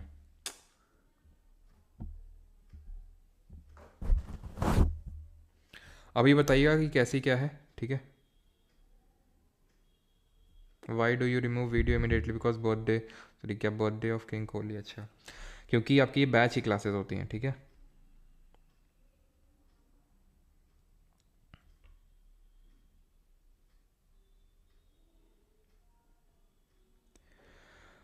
चलो भैया, तो अभी आते हैं शेड्यूल्स ऑफ कॉन्स्टिट्यूशन पे। प्रियम्बल कल पढ़ेंगे, आज नहीं पढ़ना है वो। ठीक है, शेड्यूल 1 कितने हैं, 12 हैं। तो पहले में क्या दिया हुआ, names of states and union territories and their territorial jurisdiction. जो हमारे 28 राज्य हैं और 8 केंद्र शासित प्रदेश हैं, उनके नाम और उनका क्षेत्राधिकार, उनका अधिकार कहाँ तक है, उनका यूपी का अधिकार यहाँ तक है, एमपी का अधिकार यहाँ तक है, ये सब कुछ दिया हुआ है इसमें। दूसरा, provisions relating to emolument and allowance, भत्ता कितना मिलेगा किसको, जो हमारे राष्ट्रपति हैं, ठीक है, उपराष्ट्रपति हैं, राज्यपाल हैं, ठीक है, और हो गए हमारे इसमें स्पीकर, डेप्यूटी स्पीकर, किसके, डेप्यूटी स्पीकर, स्पीकर ये सब आपके लोकसभा के और लेजिस्लेटिव असेंबली, लोकसभा के और विधानसभा के। चेयरमैन और डेप्यूटी चेयरमैन कहाँ के, राज्यसभा और जो विधान परिषद होती है, लेजिस्लेटिव काउंसिल। अब मुझे पता है कि लेजिस्लेटिव काउंसिल अगर आपको नहीं पता है तो आपको समझ में नहीं आ रहा, को क्या स्पीकर डिप्टी स्पीकर नहीं पता है तो अभी के लिए बस थोड़ा सा देख लो, बाकी आगे जब हम पार्लियामेंट चैप्टर पढ़ेंगे तो समझ में आ जाएगा। इतना तो आई थिंक सबने नाम सुना होगा, लोकसभा और विधानसभा। तो ऐसे समझ लो कि जो विधानसभा और ये जो लोकसभा को जो चलाते हैं, काइंड ऑफ मॉनिटर होते हैं इस क्लास के, उनको स्पीकर बोलते हैं। उसके जो नीचे होता है डिप्टी स्पीकर, ऐसे चेयरमैन और डिप्टी चेयरमैन होते हैं राज्यसभा में और विधान परिषद में। ये सब का जो भत्ता है, अलावेंस, वो कितना मिलेगा वो यहाँ पे लिखा हुआ है। और क्या लिखा हुआ है, किसका लिखा हुआ है, तो और यहाँ पे लिखा हुआ है जजेस का। जजेस कौन, सुप्रीम कोर्ट और हाई कोर्ट के। और किसका लिखा हुआ है, कैग यानी कि कंट्रोलर और ऑडिटर जनरल का। तो इन सब का लिखा हुआ है क्या, कितना भत्ता वगैरह मिलेगा। तीसरे अनुसूची में ओथ और अफर्मेशन यानी कि उनकी शपथ के बारे में लिखा हुआ है कि वो कौन सी क्या शपथ लेगा। तो इसमें किसकी शपथ लिखी है, तो ध्यान रखना, एक तो जो हमारे मिनिस्टर्स हैं, ठीक है, मिनिस्टर्स का मतलब हो गया यूनियन के मिनिस्टर्स भी और स्टेट के मिनिस्टर्स भी। बोले तो आपके एमपीज़ यानी मेंबर ऑफ पार्लियामेंट यानी संसद लोग भी, और एमएलए जो विधायक लोग होते हैं, वो सब का यहाँ पे क्या लिखा हुआ है, ओथ लिखा हुआ है। प्लस जो जजेस और कैग हैं उनका भी ओथ और अफर्मेशन यहाँ पर लिखा हुआ है। तो यानी जजेस हो गए, कैग हो गए, ये कॉमन है किसमें, आपके अलावेंस वाले में भी और ओथ और अफर्मेशन वाले में भी। और अलग कहाँ पे हो रहा है, अलग यहाँ पे हो रहा है कि यहाँ पर प्रेसिडेंट है, गवर्नर है, यहाँ पे क्या है, यहाँ मिनिस्टर लोग हैं। ऊपर मिनिस्टर लोग नहीं थे और नीचे प्रेसिडेंट लोग नहीं हैं, ठीक। बाकी स्पीकर डिप्टी स्पीकर ये सब रहेंगे, और क्योंकि स्पीकर पद की तो कोई खैर शपथ होती नहीं अलग से, तो वो तो खैर नहीं रहेंगे। बस ये ध्यान रखना कि जजेस और जो कैग होते हैं, जजेस और कंट्रोलर एंड ऑडिटर जनरल, ये दोनों में कॉमन है शेड्यूल और 2 और 3 में। यहाँ पर ऊपर शेड्यूल 2 में प्रेसिडेंट और गवर्नर लोग हैं, और शेड्यूल 3 में मिनिस्टर्स और ये एमपीज़ और एमएलए लोग हैं, ठीक है। फोर्थ शेड्यूल में आता है allocation of seats in Rajya Sabha, यानी राज्यसभा में सीटों का आवंटन। यहाँ पर राज्यसभा ना लिख के काउंसिल ऑफ स्टेट लिखा हुआ है, अगर हम देखेंगे कॉन्स्टिट्यूशन की बुक में, तो क्योंकि राज्यसभा को ही काउंसिल ऑफ स्टेट के नाम से जानते हैं। तो इसमें सीटों का आवंटन दिया है, मतलब ये दिया है कि, क्योंकि ये चीज़ आपको पता होनी चाहिए कि राज्यसभा में विधानसभा के लोग ही विधानसभा के लोग ही खुद में आपस में चुन के भेजते हैं कुछ लोगों को। हर पार्टी अपने अपने रिप्रेजेंटेटिव्स को अपनी तरफ से, चुनाव होते हैं और वो लोग भेजते हैं राज्यसभा में। तो किस राज्य से, किस स्टेट से कितने लोग जाके बैठेंगे राज्यसभा में, वो दिया हुआ है यहाँ पे। और किस तरह से चुनाव होगा उन लोगों का, वो दिया हुआ है यहाँ पे। क्योंकि हमारे राज्यसभा में ऐसा नहीं है कि हर राज्य से इक्वल नंबर ऑफ पीपल जाते हैं। जैसे अगर हम बात करें यूपी से 31 लोग जाते हैं राज्यसभा में, तो वहीं सिक्किम जैसे राज्य से सिर्फ 1 लोग जाता है राज्यसभा में, ठीक है। तो किस तरह से सीटों का आवंटन होगा जनसंख्या के हिसाब से, पॉपुलेशन के हिसाब से, वो यहाँ पे दिया हुआ है फोर्थ में। फिफ्थ में provisions relating to the administration of scheduled areas and scheduled tribes, किस तरह से प्रशासन चलेगा शेड्यूल्ड एरिया का और शेड्यूल्ड ट्राइब का, वो यहाँ पे दिया हुआ है। मुझे 6 शेड्यूल पढ़ा लेने दीजिए, उसके बाद आपको डाउट आएगा, फिर मैं आपको क्लियर करूँगा शेड्यूल 5 और 6 क्या होता है। शेड्यूल 6 में है provisions relating to the administration of tribal areas. Fifth में क्या है, provisions related to the administration of scheduled area. यहाँ पे क्या है, ट्राइबल एरिया। अंतर क्या होता है शेड्यूल 5 और 6 में, वो समझो। शेड्यूल 6 में स्पेसिफिकली हमारे 4 राज्यों का मेंशन है, असम, त्रिपुरा, मेघालय और मिजोरम, ठीक है। ये 4 राज्यों का यहाँ पे क्या है, मेंशन है इस पर्टिकुलर शेड्यूल 6 में, यानी कि provision relating to the administration of tribal areas. और ट्राइबल एरियाज कौन से स्टेट के, असम, त्रिपुरा, मेघालय और मिजोरम। अब अंतर क्या है 5वें और 6वें में, देखिए 6वें वाले में क्या है कि जो भी स्टेट को शेड्यूल 6 में डाल दिया जाता है, स्टेट या यूटी को, उसके पास एक तरह से काइंड ऑफ वीआईपी पास मिल जाता है। वीआईपी पास का मतलब उसको ये ऑटोनॉमी मिल जाती है एक ग्रेटर एक्सटेंट पे कि वो अपनी एक तो डिस्ट्रिक्ट, ठीक है, डिस्ट्रिक्ट या फिर रीजनल ऑटोनॉमस काउंसिल सेटअप कर सकता है, डिस्ट्रिक्ट और रीजनल ऑटोनॉमस काउंसिल। और इसके पास इतनी पावर होती है कि ये डिसाइड करेगा कि गवर्नमेंट ने अगर कोई कानून बनाया वो वहाँ पे इम्प्लीमेंट होगा, नहीं होगा, कैसे चेंज होके इम्प्लीमेंट होगा, वहाँ की लोगों की नीड्स के हिसाब से इम्प्लीमेंट होगा। तो ये शेड्यूल 6 अगर स्टेटस किसी को मिल जाता है तो वो इसके पास पावर आ जाती हैं। और इसी के लिए तो लद्दाख के जो सोनम वांगचुक है, आपने सुना होगा, देखा होगा अभी रिसेंट में, प्रोटेस्ट कर रहे हैं ना जाने कब से। वो चाहते हैं या तो स्टेट हुड का दर्जा दिया जाए लद्दाख को, ठीक है, और शेड्यूल 6 में इंक्लूड किया जाए उसको, क्योंकि शेड्यूल 6 में असम, त्रिपुरा, मेघालय, मिजोरम है। और क्या कोई यहाँ पे एक क्या कोई क्वालिफिकेशन होता है, क्या कोई ऐसा एलिजिबिलिटी क्राइटेरिया होता है शेड्यूल 6 में डलने का? तो ये होता है कि जहाँ पर ट्राइबल पॉपुलेशन बहुत ज़्यादा है, एटलीस्ट 50% से ज़्यादा है, तो वहाँ पर उसको शेड्यूल 6 में डाल दिया जाता है, जैसे असम, त्रिपुरा, मेघालय, मिजोरम। कोई मान लेते हैं स्टेट है, ठीक है, और स्टेट का कोई छोटा सा हिस्सा है, उसको प्रेसिडेंट क्या करते हैं, प्रेसिडेंट क्या कर सकते हैं, गवर्नर की एडवाइस पे president can declare any area as scheduled area, SA in short लिख रहा हूं, आफ्टर कंसल्टिंग गवर्नर। तो अगर प्रेसिडेंट को लगता है या फिर कहीं पे मांग उठती है कि किसी स्टेट के किसी छोटे से पार्ट में उन लोगों को, कुछ लोगों को ऑटोनॉमी देने की नीड है टू अ सर्टेन डिग्री, तो वहाँ पर उस एरिया को शेड्यूल 5 के कैटेगरी में रख दिया जाता है। जैसे कि अगर हम बात करें करेंटली, आंध्र प्रदेश हो गया आपका, छत्तीसगढ़ हो गया, महाराष्ट्र हो गया, मध्य प्रदेश हो गया, ठीक है, गुजरात हो गया, हिमाचल प्रदेश हो गया, झारखंड हो गया, ठीक है, और राजस्थान हो गया, तेलंगाना हो गया। इन राज्यों में आपको देखने को मिलेंगे शेड्यूल्ड 5 एरियाज या फिर शेड्यूल्ड एरियाज। उतनी ऑटोनॉमी इनके पास नहीं होती है जितनी कि शेड्यूल 6 एरियाज वालों के पास होती है। अब यहाँ पे क्वेश्चन कैसे बनेगा? तो पहली बात तो ये ध्यान रखिएगा, यहाँ पर बात किसकी हो रही है? शेड्यूल्ड एरिया की। यहाँ किसकी बात हो रही है? ट्राइबल एरिया की। और यहाँ पर आपके स्पेसिफिकली 4 स्टेट्स मेंशन्ड हैं। वो 4 स्टेट्स आपसे पूछ लेगा इस तरह से कि इनमें से कौन सा स्टेट नहीं है या फिर है। जनरली वो क्या करता है, वो मणिपुर को ऑप्शन में रख देता है और आपसे पूछ लेता है कि इनमें से कौन सा नहीं है। तो आपको ऐसे ध्यान रखना है, ATM, ठीक है, ATM सबने सुना होगा, ATM जिससे हम पैसे निकालते हैं, और ATM that is money. ATM money आप ऐसे याद कर सकते हैं, ATM से मनी निकालते हैं तो ऐसे याद कर सकते हो ATM मनी। लेकिन ध्यान रखना, इस ATM में मनी नहीं है, यानी कि मणिपुर नहीं है इसमें, इस ATM में मनी नहीं है, ऐसे करके याद करना आपको। इतनी चीज़ क्लियर हुई शेड्यूल 6 तक? Yes, ATM without money, yes. Tears of old PM quick tour, रुक जाओ अभी, है ना, सब कुछ हम बताएंगे, लेक्चर खत्म हो जाए, फिर तुमको लगे कि सर ये नहीं पढ़ा है, ये नहीं समझा हो या फिर समझ नहीं आया, तो फिर हमें बता देना, ठीक है। अभी आप पढ़ते रहो, वो टीयर्स ऑफ ओल्ड पीएम, हम बूढ़े पीएम के टीयर्स भी अभी निकालेंगे, ठीक है। अभी पढ़ लो, समझ लो, ठीक है, ट्रिक वगैरह बाद में। Schedule 7, 3 list containing subject in which union and states can make laws. इसमें शेड्यूल 7 में 3 लिस्ट दी हुई हैं, यूनियन लिस्ट, स्टेट लिस्ट और कंकरेंट लिस्ट, समवर्ती सूची, संघ सूची, राज्य सूची और समवर्ती सूची। इसका मतलब क्या होता है? तो एक्चुअल में है क्या कि ये जो 3 सूची हैं, इसमें जितने सब्जेक्ट हैं, भाई है क्या कि यूनियन के पास भी अपना खुद का लेजिस्लेचर है, स्टेट के पास भी खुद का लेजिस्लेचर है। वो लेजिस्लेचर करता क्या है? अभी बताया, लॉ बनाता है, कानून बनाता है। तो फॉर एग्जाम्पल कोई सब्जेक्ट आता है डिफेंस, तो इस पर कौन कानून बनाएगा? यूनियन बनाएगा कि स्टेट बनाएगा? वो कैसे डिसाइड होगा? तो वो ऐसे डिसाइड होगा कि वो सब्जेक्ट किस लिस्ट में मेंशन्ड है। अगर यूनियन लिस्ट में है तो यूनियन यानी कि जो पार्लियामेंट है, देश की संसद है, वो कानून बनाएगी।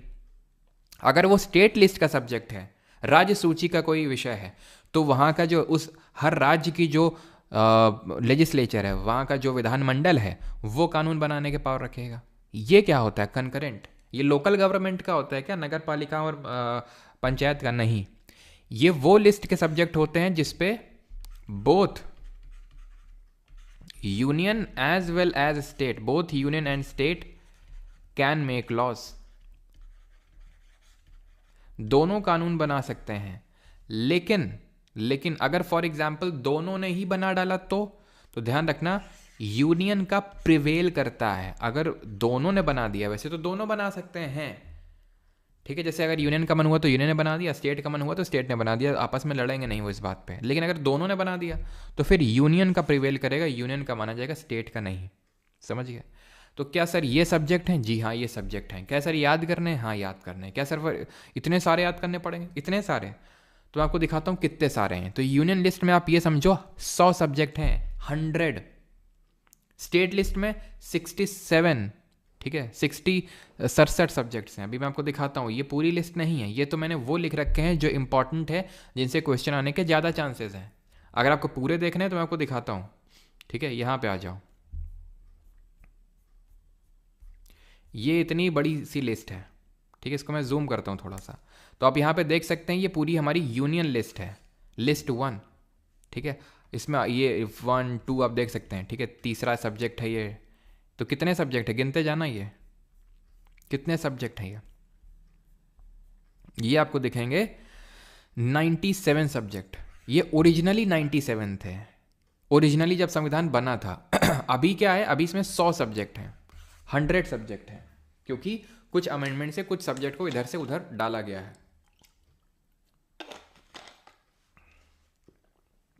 स्टेट लिस्ट पे भी आ जाओ, स्टेट लिस्ट में गिनना कितने हैं, तो स्टेट लिस्ट में है टोटल 66 सब्जेक्ट। लेकिन इसमें अभी कम हो गए हैं, ठीक है। यूनियन में बढ़ गए हैं 3 और इसमें कम हो गए हैं। कॉन्करेंट में अगर बात करेंगे समवर्ती सूची में, तो इसमें भी कम हो गए हैं। कितने अभी, मतलब 47 थे, अभी 45 हैं, ठीक है। तो 47 ओरिजिनली थे, तो ओरिजिनली यूनियन में थे कितने थे, 97 थे, ठीक है। और इसमें कितने थे, स्टेट में 67 और इसमें 47, ठीक है। 67 ही थे ना इसमें, 67 ही थे ना इसमें, सॉरी 66, ठीक है। तो 66 ध्यान रखना, 66 सब्जेक्ट थे ओरिजिनली अगर बात करें तो, ठीक है। तो 97 66 और 47 ऐसे याद कर लो, 97, ठीक है, 67 और 47, बस ध्यान रखना 67 ना हो के वो 66 है। तो इतने सारे हैं, तो क्या सर सारे हम याद कर पाएंगे, वो तो आप कर नहीं पाएंगे, ऑब्वियस सी बात है, इतने सारे किसी को याद नहीं हो सकते हैं। तो फिर अगर क्वेश्चन पूछेगा तो हम फिर करेंगे कैसे। तो देखो, यूनियन लिस्ट में वो सब्जेक्ट होंगे जिनका लेना देना हमारे पूरे देश से होगा। जैसे डिफेंस की जब हम बात करते हैं, तो डिफेंस आप खुद ही सोचिए, ये स्टेट को दिया जाएगा क्या। हाँ, यूपी अपना डिफेंस का अलग बना रहा है और वो बना रहा है, तो जब पूरे कंट्री के डिफेंस की बात आएगी तो ऑब्वियस बात है वो केंद्र सरकार को दिया जाएगा। नागरिकता को लेके atomic energy, arms and ammunition, insurance, foreign affairs, ठीक है, regulation of labour and mines, census, ये सारा काम, बैंकिंग, कॉमर्स यूनियन लिस्ट में आता है। यहाँ पर मैंने इंपॉर्टेंट वाले छांट के लिख दिए हैं, ये मत समझना रैंडम लिख दिया है, कोई भी उठा के लिख दिया, नहीं, इंपॉर्टेंट वाले लिख दिए हैं आपके एसएससी के पेपर में, तो आराम से आप इससे क्वेश्चन बना सकते हैं। थोड़ा सा एक तो समझ रखिएगा, अगर मान लो आउट ऑफ द बॉक्स आ जाए, नहीं तो आप ऑप्शन एलिमिनेशन से भी कर पाएंगे, जितने यहाँ पे मैंने लिखे हैं उसके बेसिस पे। हेल्थ हो गया, पब्लिक ऑर्डर हो गया, लोकल गवर्नमेंट जो हो गई हमारी, जो पंचायत और नगर पालिका हो गई, इसको लेके कानून बनाने की शक्ति, दारू हो गई, लिकर यानी एग्रीकल्चर हो गया, फिशरीज हो गई, बेटिंग और गैम्बलिंग जो होता है, ये सब स्टेट लिस्ट के सब्जेक्ट होते हैं। आपने देखा होगा जैसे कर्नाटका गवर्नमेंट ने ड्रीम 11 बैन कर दिया था, क्योंकि बेटिंग और जो गैम्बलिंग है वो एक स्टेट सब्जेक्ट है, तो कर्नाटक की गवर्नमेंट कर सकती है। मैरिज और डाइवोर्स हो गया, अब मैरिज और डाइवोर्स ये क्या है भाई, ये कोई सुलझा सका है आज मामला, मतलब ये कोई आज तक सुलझा सका है ये मामला, मैरिज और डाइवोर्स वाला नहीं सुलझा सका है। तो यूनियन और स्टेट ने दोनों ने क्या बोला, इसको बीच में रख लेते हैं, है ना। तुम्हारे पास आए तो तुम बोल देना कि तुम्हारा मतलब उसका मसला है, और हमारे पास आएगा तो, है ना, तो ऐसे आपस में जो है इधर से उधर करते रहेंगे, है ना, क्योंकि काफ़ी ट्रिकी मामला है। ऐसे ही आपका जो लेबर डिस्प्यूट, लेबर्स के झगड़े होते हैं, इंसॉल्वेंसी एंड बैंकरप्सी, यानी कि जब कोई दिवालिया हो जाता है, नहीं लोन वगैरह चुका पाता है, तो उसको लेके अगर कुछ कानून बनाना है तो वो दोनों बना सकते हैं। बिजली एंड इलेक्ट्रिसिटी, एजुकेशन हो गया, शिक्षा हो गया, वेट्स एंड मेजर्स, ये सब आपके कॉन्करेंट लिस्ट में आते हैं। एक चीज़ आप नोटिस करिएगा, एंड दैट इज़ यहाँ पर इंटर स्टेट ट्रेड। कभी भी इंटर स्टेट लिखा हुआ आ जाए, इंटर स्टेट ये, इंटर स्टेट वो, इंटर स्टेट अगर लिखा आ जाए वो यूनियन लिस्ट का ही सब्जेक्ट होगा। कई सारे इंटर स्टेट के तरह से आपको सब्जेक्ट्स देखने को मिलते हैं यूनियन लिस्ट में। तो एक जनरल नोशन ध्यान रखना कि इंटर स्टेट अगर आपको दिख जाए तो इंटर स्टेट में आप क्या मारेंगे, इंटर स्टेट में आप मारेंगे यूनियन लिस्ट, ठीक है। इंटर स्टेट का मतलब है कि भाई दो स्टेट का लेना देना हो गया यहाँ पे, मान लो यूपी और एमपी, तो अब यूपी एमपी, तो अब यूपी तो अपने हिसाब से लॉ बनाएगा, एमपी अपने हिसाब से लॉ बनाएगा, तो फिर ये मामला किसको दे दिया गया, यूनियन का। अगर दो राज्यों में, फिर दो से ज़्यादा राज्यों से जुड़ा कोई मसला है तो फिर वो यूनियन को पास ऑन कर दिया जाता है कि भाई तुम डिसाइड करो कैसा क्या होगा, ठीक है। क्लियर इतनी चीज़। हमारा जो 42nd अमेंडमेंट हुआ था कॉन्स्टिट्यूशन में, 42वां संविधान संशोधन, उसने क्या किया था, उसने हमारे कुछ पर्टिकुलर सब्जेक्ट को स्टेट लिस्ट से, कंकरेंट जो लिस्ट होती है समवर्ती सूची, उसमें ट्रांसफ़र कर दिया था। अगेन रिपीट, 42nd अमेंडमेंट ने कुछ हमारे पर्टिकुलर सब्जेक्ट्स को ट्रांसफ़र कर दिया था 42nd अमेंडमेंट ने स्टेट लिस्ट से कॉन्करेंट लिस्ट में। जैसे कौन कौन से सब्जेक्ट्स हैं, एजुकेशन, शिक्षा, forest, weights and measures, protection of wild animals and birds, और एडमिनिस्ट्रेशन ऑफ जस्टिस। क्लियर यहां तक सभी को, ठीक है। शेड्यूल हमने कहां तक देखे हैं अभी, 7 तक, 7 शेड्यूल क्लियर सभी को? सर बताया तो मैंने अभी आपको कितने इतने बताए थे ना, 97 बताया था मैंने, 66 बताया था और 47, ठीक है।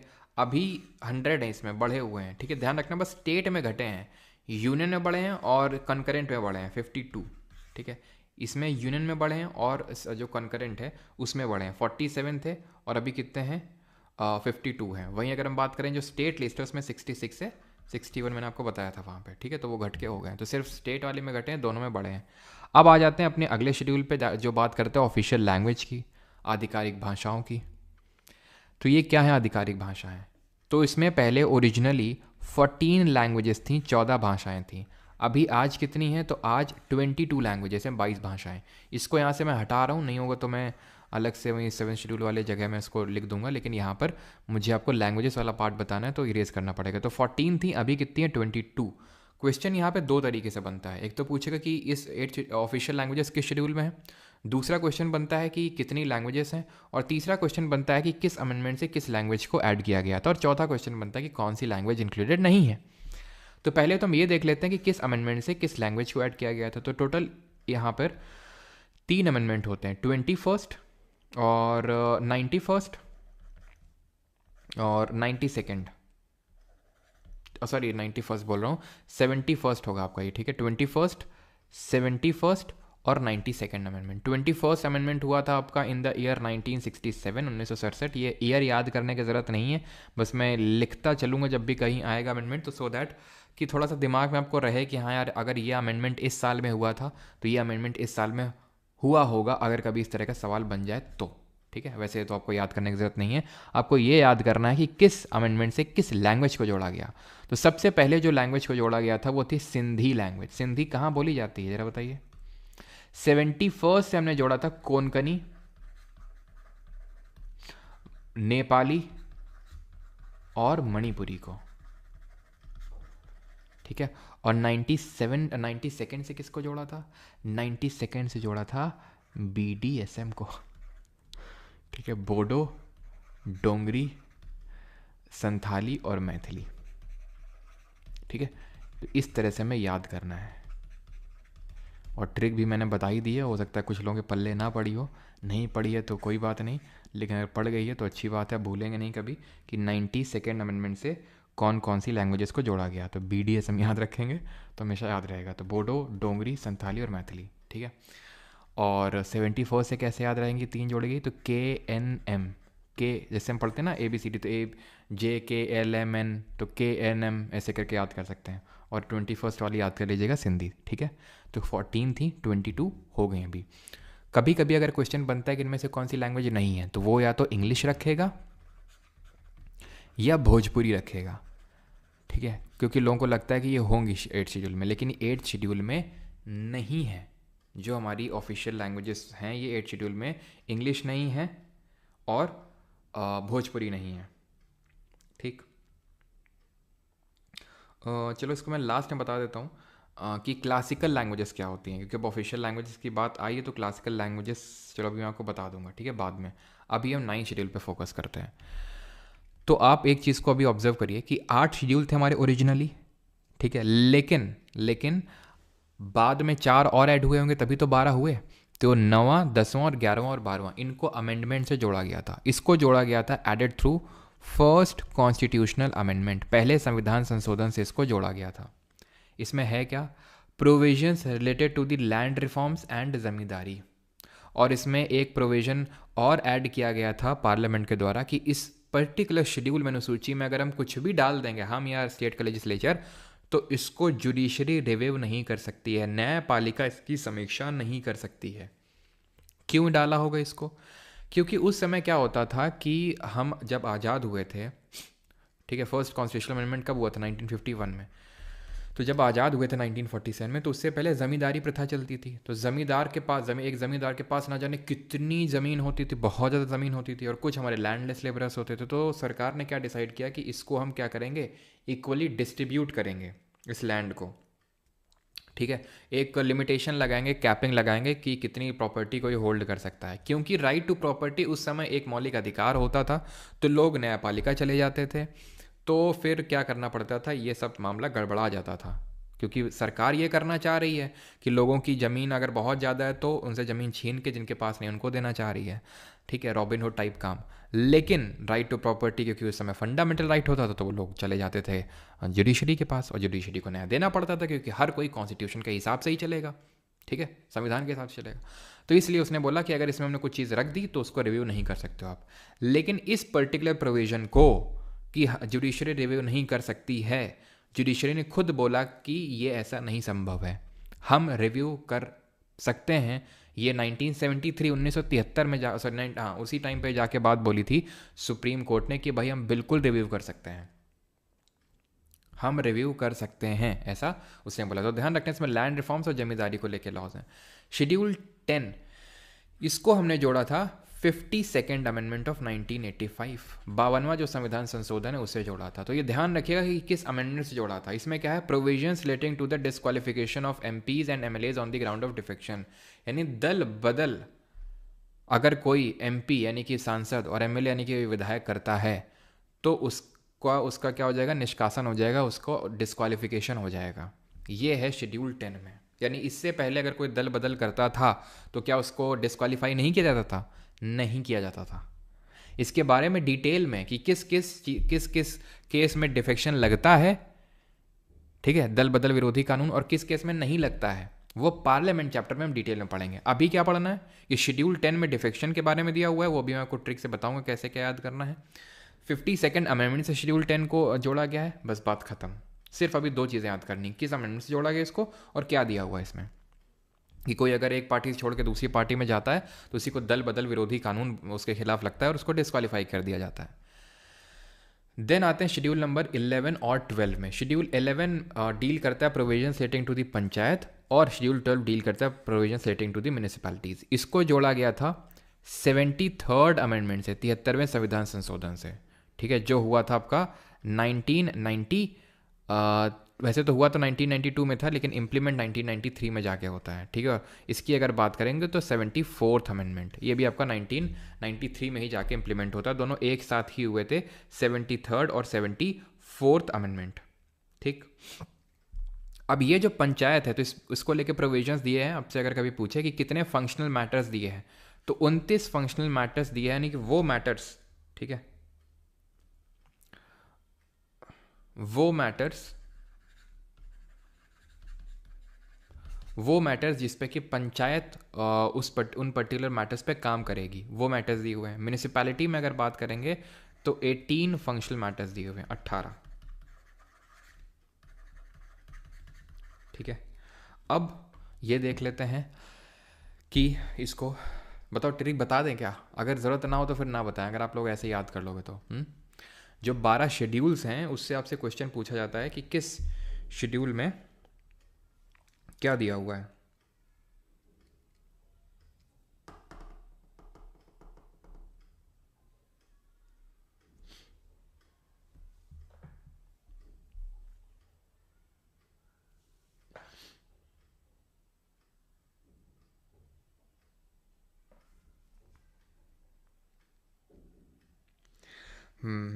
और किसी कोई डाउट तो नहीं यहाँ तक?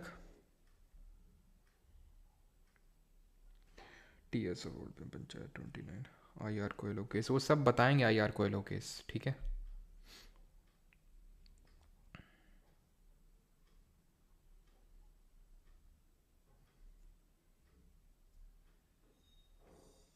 क्या चीज़,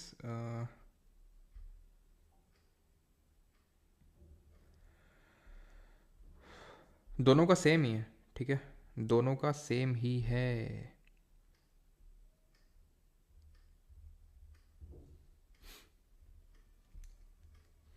दोनों का सेम ही है, मैंने बताया तो था, ठीक है। 1992 में हुआ था, इम्प्लीमेंट हुए थे 1993 में जाके दोनों, ठीक है।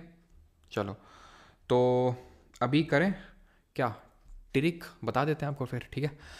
तो ट्रिक ये है, and that is tears of old PM होती है हमारी ट्रिक इसमें, ठीक है। टीयर्स ऑफ ओल्ड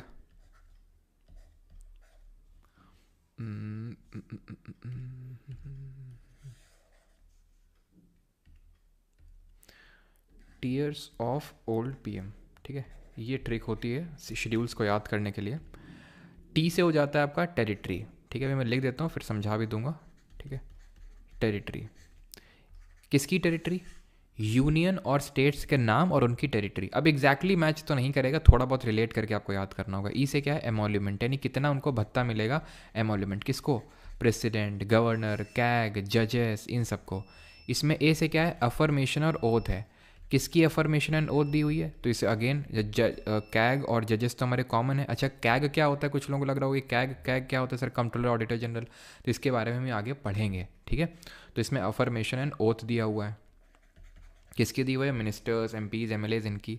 आर से क्या है? राज्यसभा, राज्यसभा में सीटों का आवंटन, allocation of seats in Rajya Sabha दिया हुआ है इसमें। एस से क्या है? Scheduled areas, scheduled areas. O से क्या है? Other scheduled areas, other scheduled areas मतलब जो ट्राइबल एरियाज हैं, जो हमारे 4 राज्य हैं एटीएम मनी करके जिनको हमने याद किया था। एफ से क्या है? एफ से फेडरल प्रोविजंस है। फेडरल प्रोविजन का मतलब क्या होता है? कि जो पावर का डिवीजन होता है। आप यहाँ पे देखो, मैंने जानबूझ के वो चीज़ लिखी हुई है यहाँ पे, फेडरल प्रोविजन, सो दैट आप इसको फेडरल प्रोविजन करके याद करो सो दैट ट्रिक आपको आसानी से याद हो जाए। ठीक है, तो यूनियन लिस्ट, स्टेट लिस्ट और कंकरेंट लिस्ट। ओ से क्या है? ये 8 शेड्यूल में ऑफिशियल लैंग्वेजेस दी हुई हैं, इसमें आधिकारिक भाषाएं दी हुई हैं। एल से क्या है? एल से लैंड प्रोविजन, जिसको कि हमने फर्स्ट अमेंडमेंट से ऐड किया था। ठीक है, डी से क्या है? डिफेक्शन, जिसको हम दल बदल विरोधी कानून बोलते हैं, जिसको कि 52nd अमेंडमेंट से ऐड किया। पी से क्या है? पंचायत, जिसको कि 73rd अमेंडमेंट से ऐड किया। और एम से क्या है? म्यूनिसिपैलिटी, यानी कि नगर पालिका, जिसको कि हमने 74th अमेंडमेंट से ऐड किया। Clear? Tears of old PM खत्म। अब कुछ क्वेश्चन कर लो। ठीक है, तब तक हम ये बता देते हैं कि इंडिया में कौन कौन सी क्लासिकल लैंग्वेजेस हैं।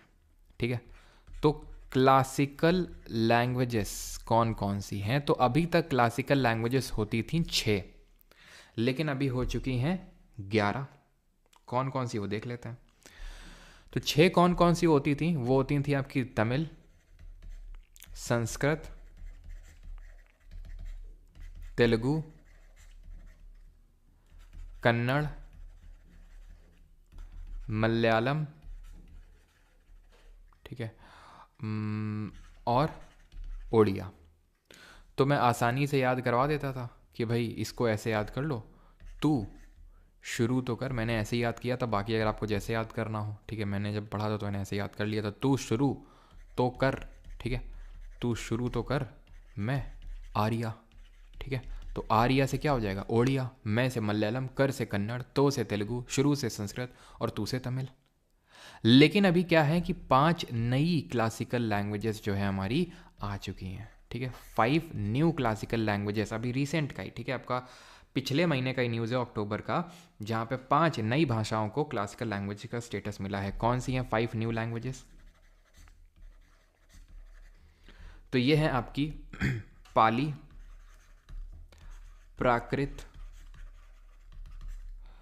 मराठी, असमीज़ और बंगाली। ठीक है, तो ये 5 हमारी जो नई क्लासिकल लैंग्वेजेस हो चुकी हैं, मतलब नई हैं, तो यानी इसका मतलब है टोटल कितनी हुई अभी? टोटल 11 लैंग्वेजेस हो जाएंगी आपकी। ठीक है, टोटल 11 लैंग्वेजेस हो जाएंगी। ठीक है, 6 पहले थी, 5 नई ऐड हुई हैं। क्वेश्चन करेंगे जल्दी से। विच of the following is not a characteristic feature of the Indian federalism? इनमें से कौन सा कैरेक्टरिस्टिक नहीं है किसका? इंडियन फेडरलिज्म का। तो सही आंसर क्या होगा? ऑप्शन है आपके। ये क्वेश्चन आपका पूछा गया है, या मतलब आपके CDS और CAPF के क्वेश्चन हैं। अभी हम SSC वाले भी करेंगे।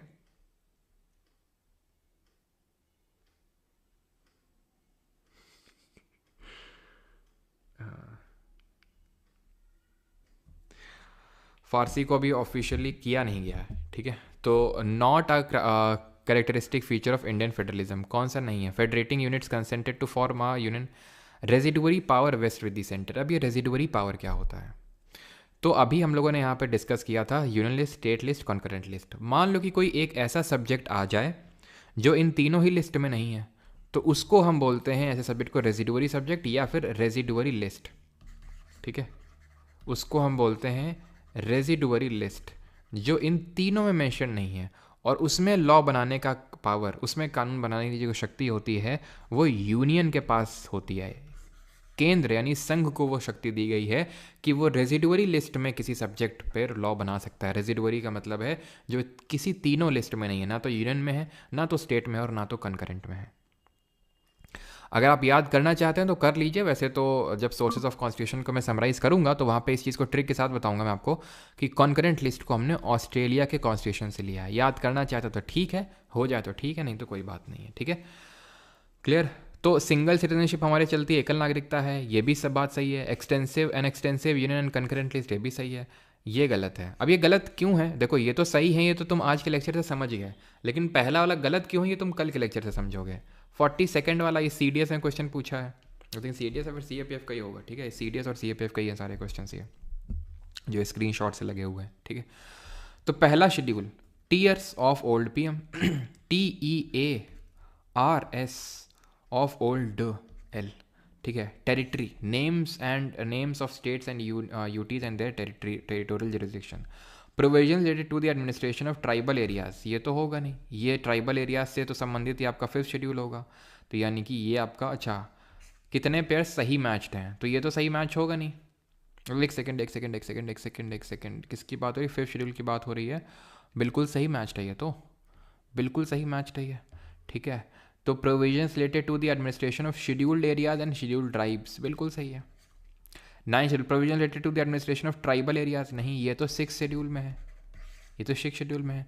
9th शेड्यूल जिसको कि फर्स्ट अमेंडमेंट से जोड़ा गया, तो उसमें लैंड प्रोविजन और जमींदारी को लेकर लॉज दिए हुए हैं, तो ये तो गलत हो जाएगा। तीसरा, एफर्मेशन और ओथ दी हुई है। एलोकेशन ऑफ सीट और इन राज्यसभा, TEAR से राज्यसभा, 4th शेड्यूल में है राज्यसभा यानी कि काउंसिल ऑफ स्टेट में सीटों का आवंटन, तो ये भी गलत हो जाएगा। 1st शेड्यूल में क्या है? Forms of oath and affirmation, ये भी गलत हो जाएगा। TEA तीसरे वाले में है अफर्मेशन और ओथ, तो सिर्फ एक ही आपका सही मैच है, option number 1st। Which of the following is not a feature of centralization, इनमें से सेंट्रलाइजेशन का फीचर कौन नहीं है? Which of the following is or are sources, source or sources of law in India, कौन से sources हैं law के, ये आपसे क्वेश्चन पूछ रहा है, जल्दी से आंसर करिए।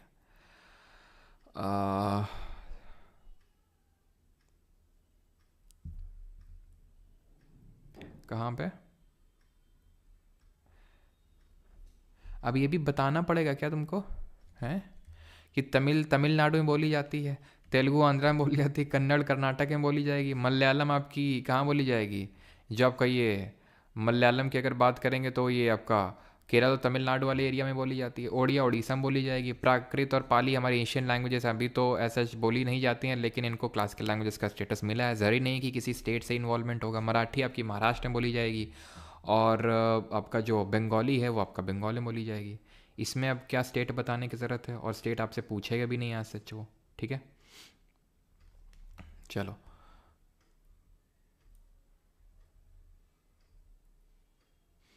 हाँ, मलयालम आपके वहीं पे होती है। ठीक है, केरल और वाले एरिया में, केरल हो गया या फिर थोड़ा बहुत पार्ट ऑफ लक्षद्वीप में ही बोली जाती है। Centralization, national unity not a feature of centralization का नेशनल यूनिटी है कि भाई ठीक है, केंद्रीय एक मतलब एक नेशनल यूनिटी है, वो सेंट्रलाइजेशन का फीचर होगा। यूनिफॉर्मिटी है सब में, ये भी होगा। प्रॉस्पेरिटी है, ये भी होगा, but liberty is not a feature of centralization. Sources of law क्या हैं? तो कॉन्स्टिट्यूशन भी एक सोर्स है लॉ का। ठीक है, जो कस्टमरी लॉ चलते हैं, केस लॉ चलते हैं, स्टैट्यूट चलते हैं, ये सारे सोर्सेज होते हैं कानून के। अब ये मत समझना कि सिर्फ कॉन्स्टिट्यूशन ही होता है, क्योंकि आपने देखा होगा कि अभी भी हमारे देश में ऐसा नहीं है कि यूसीसी लागू हो गया, यूनिफॉर्म सिविल कोड अभी तक लागू नहीं हुआ है हमारे देश में कि हर किसी, चाहे वो मेल हो, चाहे फीमेल हो, चाहे हिंदू हो, चाहे मुस्लिम हो, सबके लिए एक ही लॉ एग्जिस्ट करेगा। अभी तक ये नहीं है। ठीक है, ट्रिपल तलाक मतलब ख़त्म हो गया, उसका मतलब ये नहीं है कि सारा कुछ मतलब मुस्लिम धर्म में कुछ शरिया के हिसाब से नहीं होता है, और हिंदू कोड ऑफ जो लॉज हैं कस्टमरी लॉ उनके हिसाब से हमारी जुडिशरी इंटरप्रेट नहीं करती है, उनको भी इंटरप्रेट करती है हमारी जुडिशरी। जो कस्टमरी लॉ होते हैं, केस लॉ होते हैं, स्टैट्यूट्स होते हैं, तो इसलिए सारे ही सोर्सेज ऑफ लॉ होंगे, तो ऑप्शन नंबर डी। अब ये है हमारे जो 7 शेड्यूल से जो कुछ क्वेश्चन बनते हैं, दैट इज़ कि कौन सा यूनियन लिस्ट का सब्जेक्ट है, कौन स्टेट लिस्ट का। ये आपका क्वेश्चन है CAPF का, I think if not wrong CAPF 2019 का क्वेश्चन है ये, और ये भी आपका CAPF का ही है आई थिंक, ठीक है। State list, public health and sanitation, तो ये बहुत ही लोकल लेवल की चीज़ है। हेल्थ सैनिटेशन हो गया, पुलिस हो गया, ठीक है, आपका जो बेटिंग एंड गैम्बलिंग हो गया, ये सब स्टेट लिस्ट के सब्जेक्ट हैं, तो पहला सही है। नागरिकता वगैरह सब यूनियन लिस्ट के सब्जेक्ट हैं। अगर पहला और दूसरा है तो अपने आप ऑप्शन नंबर बी सही आंसर होगा, सिंपल, क्योंकि ऐसा कोई ऑप्शन है ही नहीं जिसमें कि 1 2 ही सिर्फ अकेले हों। 1 2 के साथ 3 भी फ्री में मिल रहा है, तो उसको भी लपेटे में ले लो, क्योंकि ये तो अभी हम पढ़ ही के आ रहे हैं कि हेल्थ सैनिटेशन स्टेट लिस्ट में और सिटीजनशिप। तो वही मैंने बताया था कि अगर आप वो याद कर लोगे जो मैंने लिखे हैं, बड़े सोच समझ के मैंने लिखे हैं, ठीक है, ऐसे रैंडम कोई नहीं चिपका दिए हैं, तो आपका बहुत हाई चांसेस हो जाएंगे। ये तो फिर भी आपका CUPSC CAPF का क्वेश्चन है, SSC में भी काफ़ी हाई चांसेस है कि आराम से आपका बन जाएगा। Criminal law is exclusively a subject under the state list of the constitution of India. Code of civil procedure falls under the concurrent list of the constitution of India. ये वहाँ पे नहीं लिखे थे, मैं एग्री करता हूँ, ठीक है, थोड़ा सा टफर साइड में, लेकिन अगर कोड ऑफ सिविल प्रोसीजर आपका कंकरेंट लिस्ट में आएगा तो क्रिमिनल लॉ भी कंकरेंट लिस्ट में आएगा, एंड वाइस वर्सा। अगर क्रिमिनल लॉ स्टेट लिस्ट में आएगा तो कोड ऑफ सिविल प्रोसीजर भी स्टेट लिस्ट में आएगा। ट्रू यहाँ पे ये है कि कोड ऑफ सिविल प्रोसीजर जो है आपका कंकरेंट लिस्ट में आता है, और क्रिमिनल लॉ भी आपका कॉन्करेंट लिस्ट यानी कि समवर्ती सूची में ही आएगा। दैट मीन्स कि यहाँ पर option number B 2 only will be the correct answer. अब हम यहाँ पे क्या करेंगे, क्वेश्चंस करेंगे जो SSC ने आपके पूछे हैं। करिए पहला क्वेश्चन, ये आपका CHSL का क्वेश्चन है 2024 का। मैंने आपसे बोला था कि यहाँ पर स्टेटमेंट बेस्ड क्वेश्चन पूछता है आपसे। छठ पूजा छुट्टी, छठ आज से शुरू है ना, क्यों छठ आज से शुरू है ना, और घाट घेरा है क्यों, जो बिहार से हैं भैया घाट वाट घेर लेना, क्लास व्लास तो होती रहेगी ऐसा ना हो कि घर में पिटाई पड़ गई। ले मॉरिस जोन्स सही आंसर है, केसी वेरे गलत आंसर है। क्यों, क्योंकि केसी वेरे ने बोला था क्या, क्वाज़ाई फेडरल, ठीक है। ग्रैनविल ऑस्टिन ने बोला था कोऑपरेटिव फेडरलिज्म। अगला है second, the constitution of India is a sovereign socialist secular democratic republic with a dash system of government. कैसी सिस्टम ऑफ गवर्नमेंट है यहाँ पे,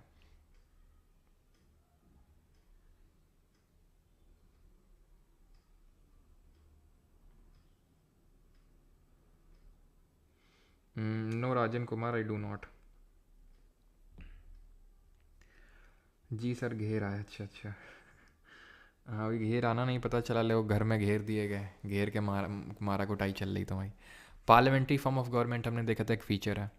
federalism in the Indian constitution context means, federalism Indian context में क्या मतलब है, existence of more than one level of government in the country, existence of only one level, existence of states in the country, state existence of one nation. तो definition लिखी थी वहाँ पे मैंने, इसी दिन के लिए नहीं लिखी थी कि तुम गलत आंसर दोगे इसका। CHSL 2024 में क्वेश्चन पूछा गया है। Option number A, which of the following is not a feature of constitution of India. इनमें से कौन सा भारतीय संविधान का फीचर नहीं है, universal adult franchise, independent judiciary, dual citizenship, blend of rigidity and flexibility.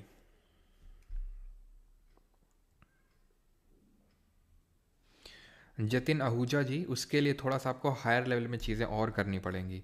ये आपका बेस बहुत ही स्ट्रांगली सेटअप कर देंगी, ठीक है। मैं आपको ये बोल सकता हूँ कि आपका बहुत ही स्ट्रांग बेस बन जाएगा अगर आप ये सारी चीज़ें कर लेंगे।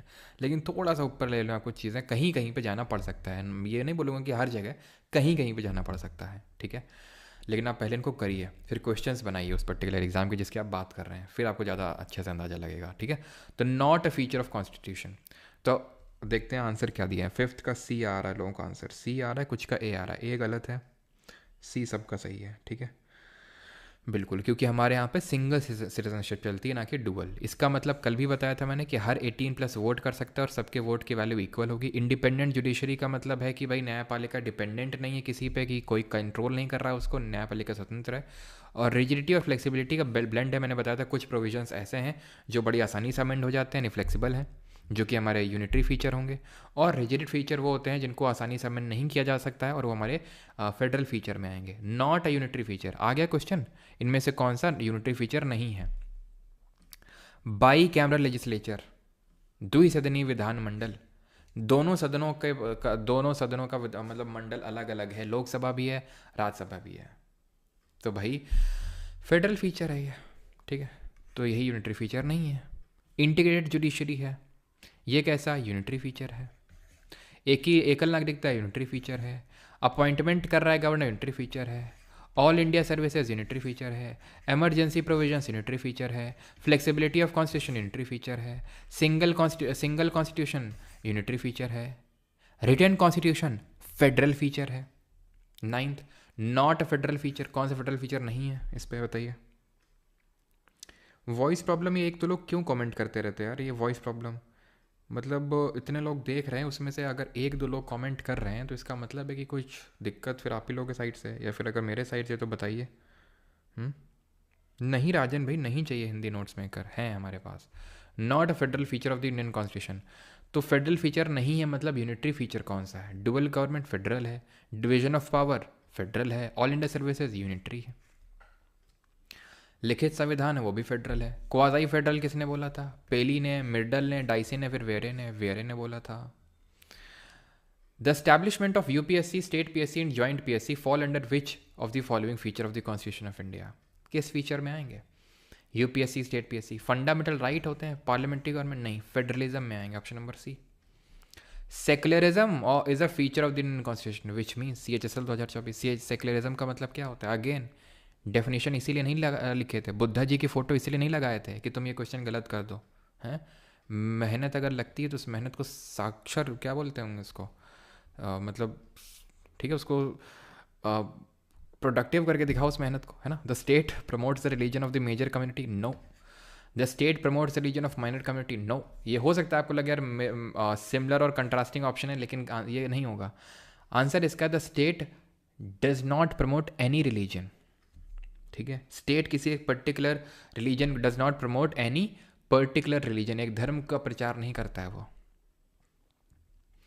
The word dash means a body of persons that looks, ये भी CHSL 2024 का, that looks after the implementation, यानी कि CHSL से अगर हम देखें तो इस चैप्टर से making of salient feature of constitution से काफ़ी क्वेश्चन आए। The word dash means a body of person that looks after the implementation of rules, तो इम्प्लीमेंटेशन कौन करवा रहा है रूल्स के? तो इम्प्लीमेंटेशन एग्जीक्यूटिव नहीं। 3 ऑर्गन्स ऑफ गवर्नमेंट पढ़ाए थे मैंने जिनमें स्ट्रिक्ट सेपरेशन ऑफ पावर नहीं है तो ध्यान रखिएगा। तो यहाँ पर इम्प्लीमेंट, तो लॉ बनाने का काम लॉ मेकर ये होता है, लॉ बनाता ये है। इम्प्लीमेंट न्याय कार्यपालिका करती है, और न्यायपालिका जुडिशरी क्या करती है? ये रिव्यू करती है लॉज को। अगला क्वेश्चन है, CPO में क्वेश्चन पूछा गया, there are 3 major organs of the government namely legislature, executive and judiciary. अब पहला वाला तो अगर हम देखें तो बिल्कुल ही यार ये तो सही होना ही होना है हर हाल में, यानी ऑप्शन नंबर डी को हटा दो, हटा दिया हमने। अब a separation of functions rather than powers is followed, ठीक है। All organs of government are independent, यानी कि हमारे जितने भी ऑर्गन्स हैं गवर्नमेंट के,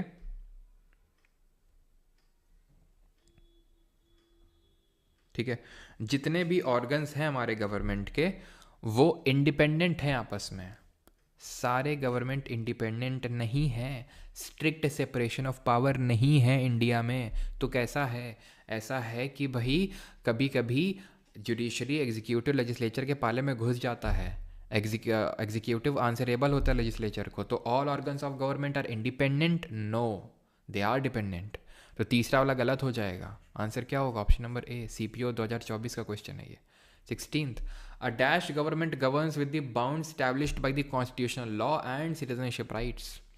तो ये कैसी गवर्नमेंट होती है? जो कानून के हिसाब से चलती है और लोगों के अधिकारों के हित में काम करती है। ये एक डेमोक्रेटिक यानी कि लोकतांत्रिक सरकार होती है, ठीक है। मोनार्की का मतलब होता है जिसमें कि एक बंदे का रूल होता है। जैसे कि जब हम इकोनॉमिक्स पढ़ेंगे तो वहाँ पढ़ेंगे मोनोपोली होती है हमारी। मोनोपोली का मतलब होता है सिर्फ एक बंदा जो है मार्केट को रेगुलेट कर रहा है। तो उसी तरह यहाँ पर क्या है, आपकी मोनार्की है, ठीक है। यहाँ पर क्या है, यहाँ पर भी एक शासक होता है, ठीक है, जिसको हम ऑटोक्रेट बोलते हैं। एब्सोल्यूट पावर, पूरी पावर उसी के पास होती है, यानी काइंड ऑफ डिक्टेटर होता है, और उसी को हम बोलते हैं ऑटोक्रेसी, ठीक है। तो हम बोल सकते हैं कि ऑटोक्रेसी के ही सब टाइप्स हैं, मोनार्की और dictatorship. 17th, what is the term used to describe the ability of the constitution to adapt and grow over time to meet the changing needs of society? संविधान जो होता है उसकी ability to adapt and grow, यानी कि वो change करता रहता है खुद को टाइम के हिसाब से, तो उसको कॉन्स्टिट्यूशन की फ्लेक्सिबिलिटी बोलते हैं, कि फ्लेक्सिबल है, वो मुड़ सकता है, वो चेंज हो सकता है चेंजिंग नीड के हिसाब से। दो क्वेश्चन और करते हैं। Not a federal feature, again not a federal feature, तो डुअल गवर्नमेंट जो हमारा फेडरल है, डिवीजन ऑफ पावर फेडरल है, ये हमारा फेडरल नहीं है, आई थिंक रिपीटेड है। आर्टिकल 1 अभी हमने पढ़ा नहीं है। Article of the constitution which states India that is Bharat shall be union of state mentions which of the following features. तो वैसे आंसर तो होगा इसमें कोऑपरेटिव फेडरलिज्म, जो कि ग्रैनुअल ऑस्टिन ने भी बोला था, लेकिन हम इसके बारे में कल पढ़ेंगे। और ये आखिरी क्वेश्चन ये आप कर सकते हैं, ठीक है, आपके लिए होमवर्क हैं 2-3 क्वेश्चन। बाकी यहाँ पे हमारा लेक्चर होता है ख़त्म। बाकी आपका बैच को पता है, ये आपकी जो क्लासेस है वो रिकॉर्डेड फॉर्म में चली जाती हैं, इसमें कंप्यूटर की भी क्लासेस आपको मिल जाएंगी बैच के अंदर ही, ठीक है। सारा कुछ है इसके अंदर, that is polity, geography, history, economics, science के तीनों subject, physics, chemistry, bio, environmental science भी इंक्लूडेड है, एंड कंप्यूटर भी, सारा कुछ है इस आपके बैच में। ऑलराइट, थैंक यू, धन्यवाद। और किसी का कोई डाउट होगा तो भी पूछ लेगा, ठीक है।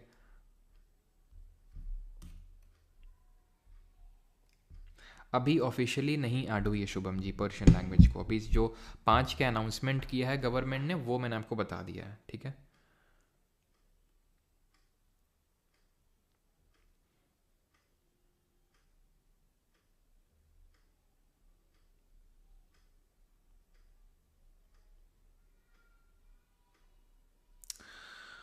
किसी का कोई डाउट यहाँ तक आज के लेक्चर में? कल हम लोग करेंगे प्रियम्बल, यानी कि प्रस्तावना, और पार्ट 1 और 2 ऑफ द कॉन्स्टिट्यूशन में।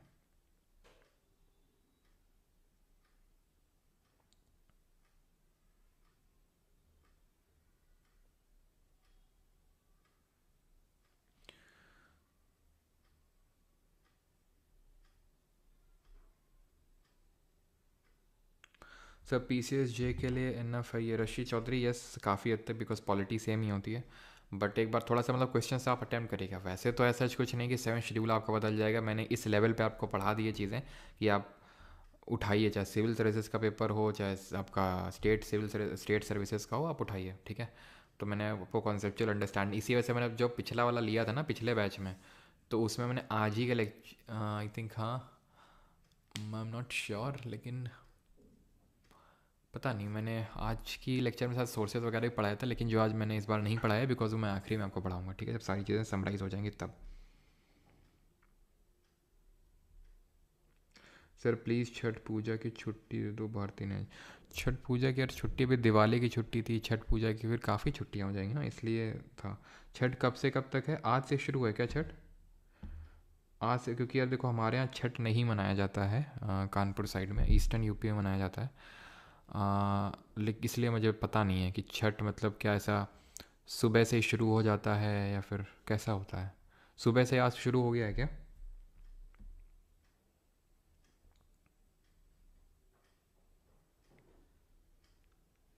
गोपाल रथा sir, this is sufficient for serious, तो वही है देखो, यहाँ पर मैंने सीरियस के भी क्वेश्चंस लिए हैं, और आप अटेम्प्ट कर सकते हैं क्वेश्चंस, ठीक है। कहीं और से भी आप पढ़ेंगे तो ऐसा कुछ ऐसा नहीं कि बहुत कुछ अनोखा पढ़ा दिया जाएगा इसके अलावा।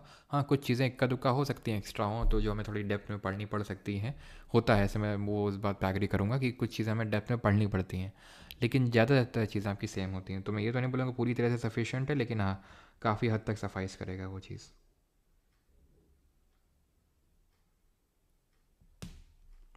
जो कोल रिज़र्व मैंने बताया था विकास सोनी जी, वो जो करंट मिनिस्ट्री ऑफ जो माइंस है उसके हिसाब से जो डेटा है उसके हिसाब से मैंने बताया है।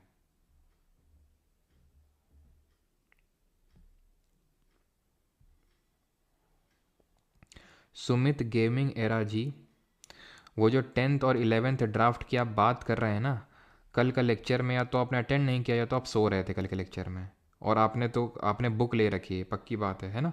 आपने बुक ले रखी है, लेकिन कल के लेक्चर में आप सो रहे थे। क्यों? क्योंकि आपने बुक में ले रखी है, और मैंने कल बोला था बुक में करेक्शन करना है, वो ड्राफ्ट की जगह सेशन लिखना है, ड्राफ्ट नहीं होगा, सेशन होगा वहाँ पे। वो ड्राफ्ट अलग है, सेशन अलग है। शेड्यूल 5 बोलो सर। बोलें शेड्यूल 5 बोल दिया, ठीक है। पूरा लिख दिया करो, थोड़ा मेहनत कर लिया करो, हैं। यहाँ हम पूरा कलम चलाते रहते हैं और तुम्हें कमेंट टाइप करने में दिक्कत हो रही है। शेड्यूल 5 बोलो सर। ये नहीं बोल सकते हैं कि शेड्यूल 5 में कोई दिक्कत है तो वो सर शेड्यूल 5 को एक बार फिर से एक्सप्लेन बोलो सर। तो शेड्यूल 5 में शेड्यूल्ड एरियाज़ और जो हमारे जो शेड्यूल्ड एरियाज़ हैं, ठीक है, तो उनके एडमिनिस्ट्रेशन कैसे होगा, किस तरह से होगा, वो सारी चीज़ें दी हुई शेड्यूल 5 में।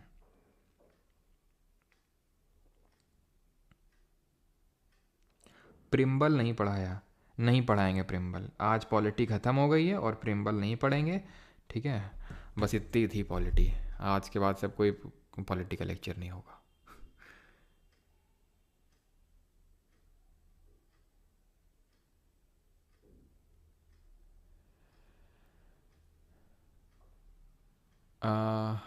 क्या चीज़?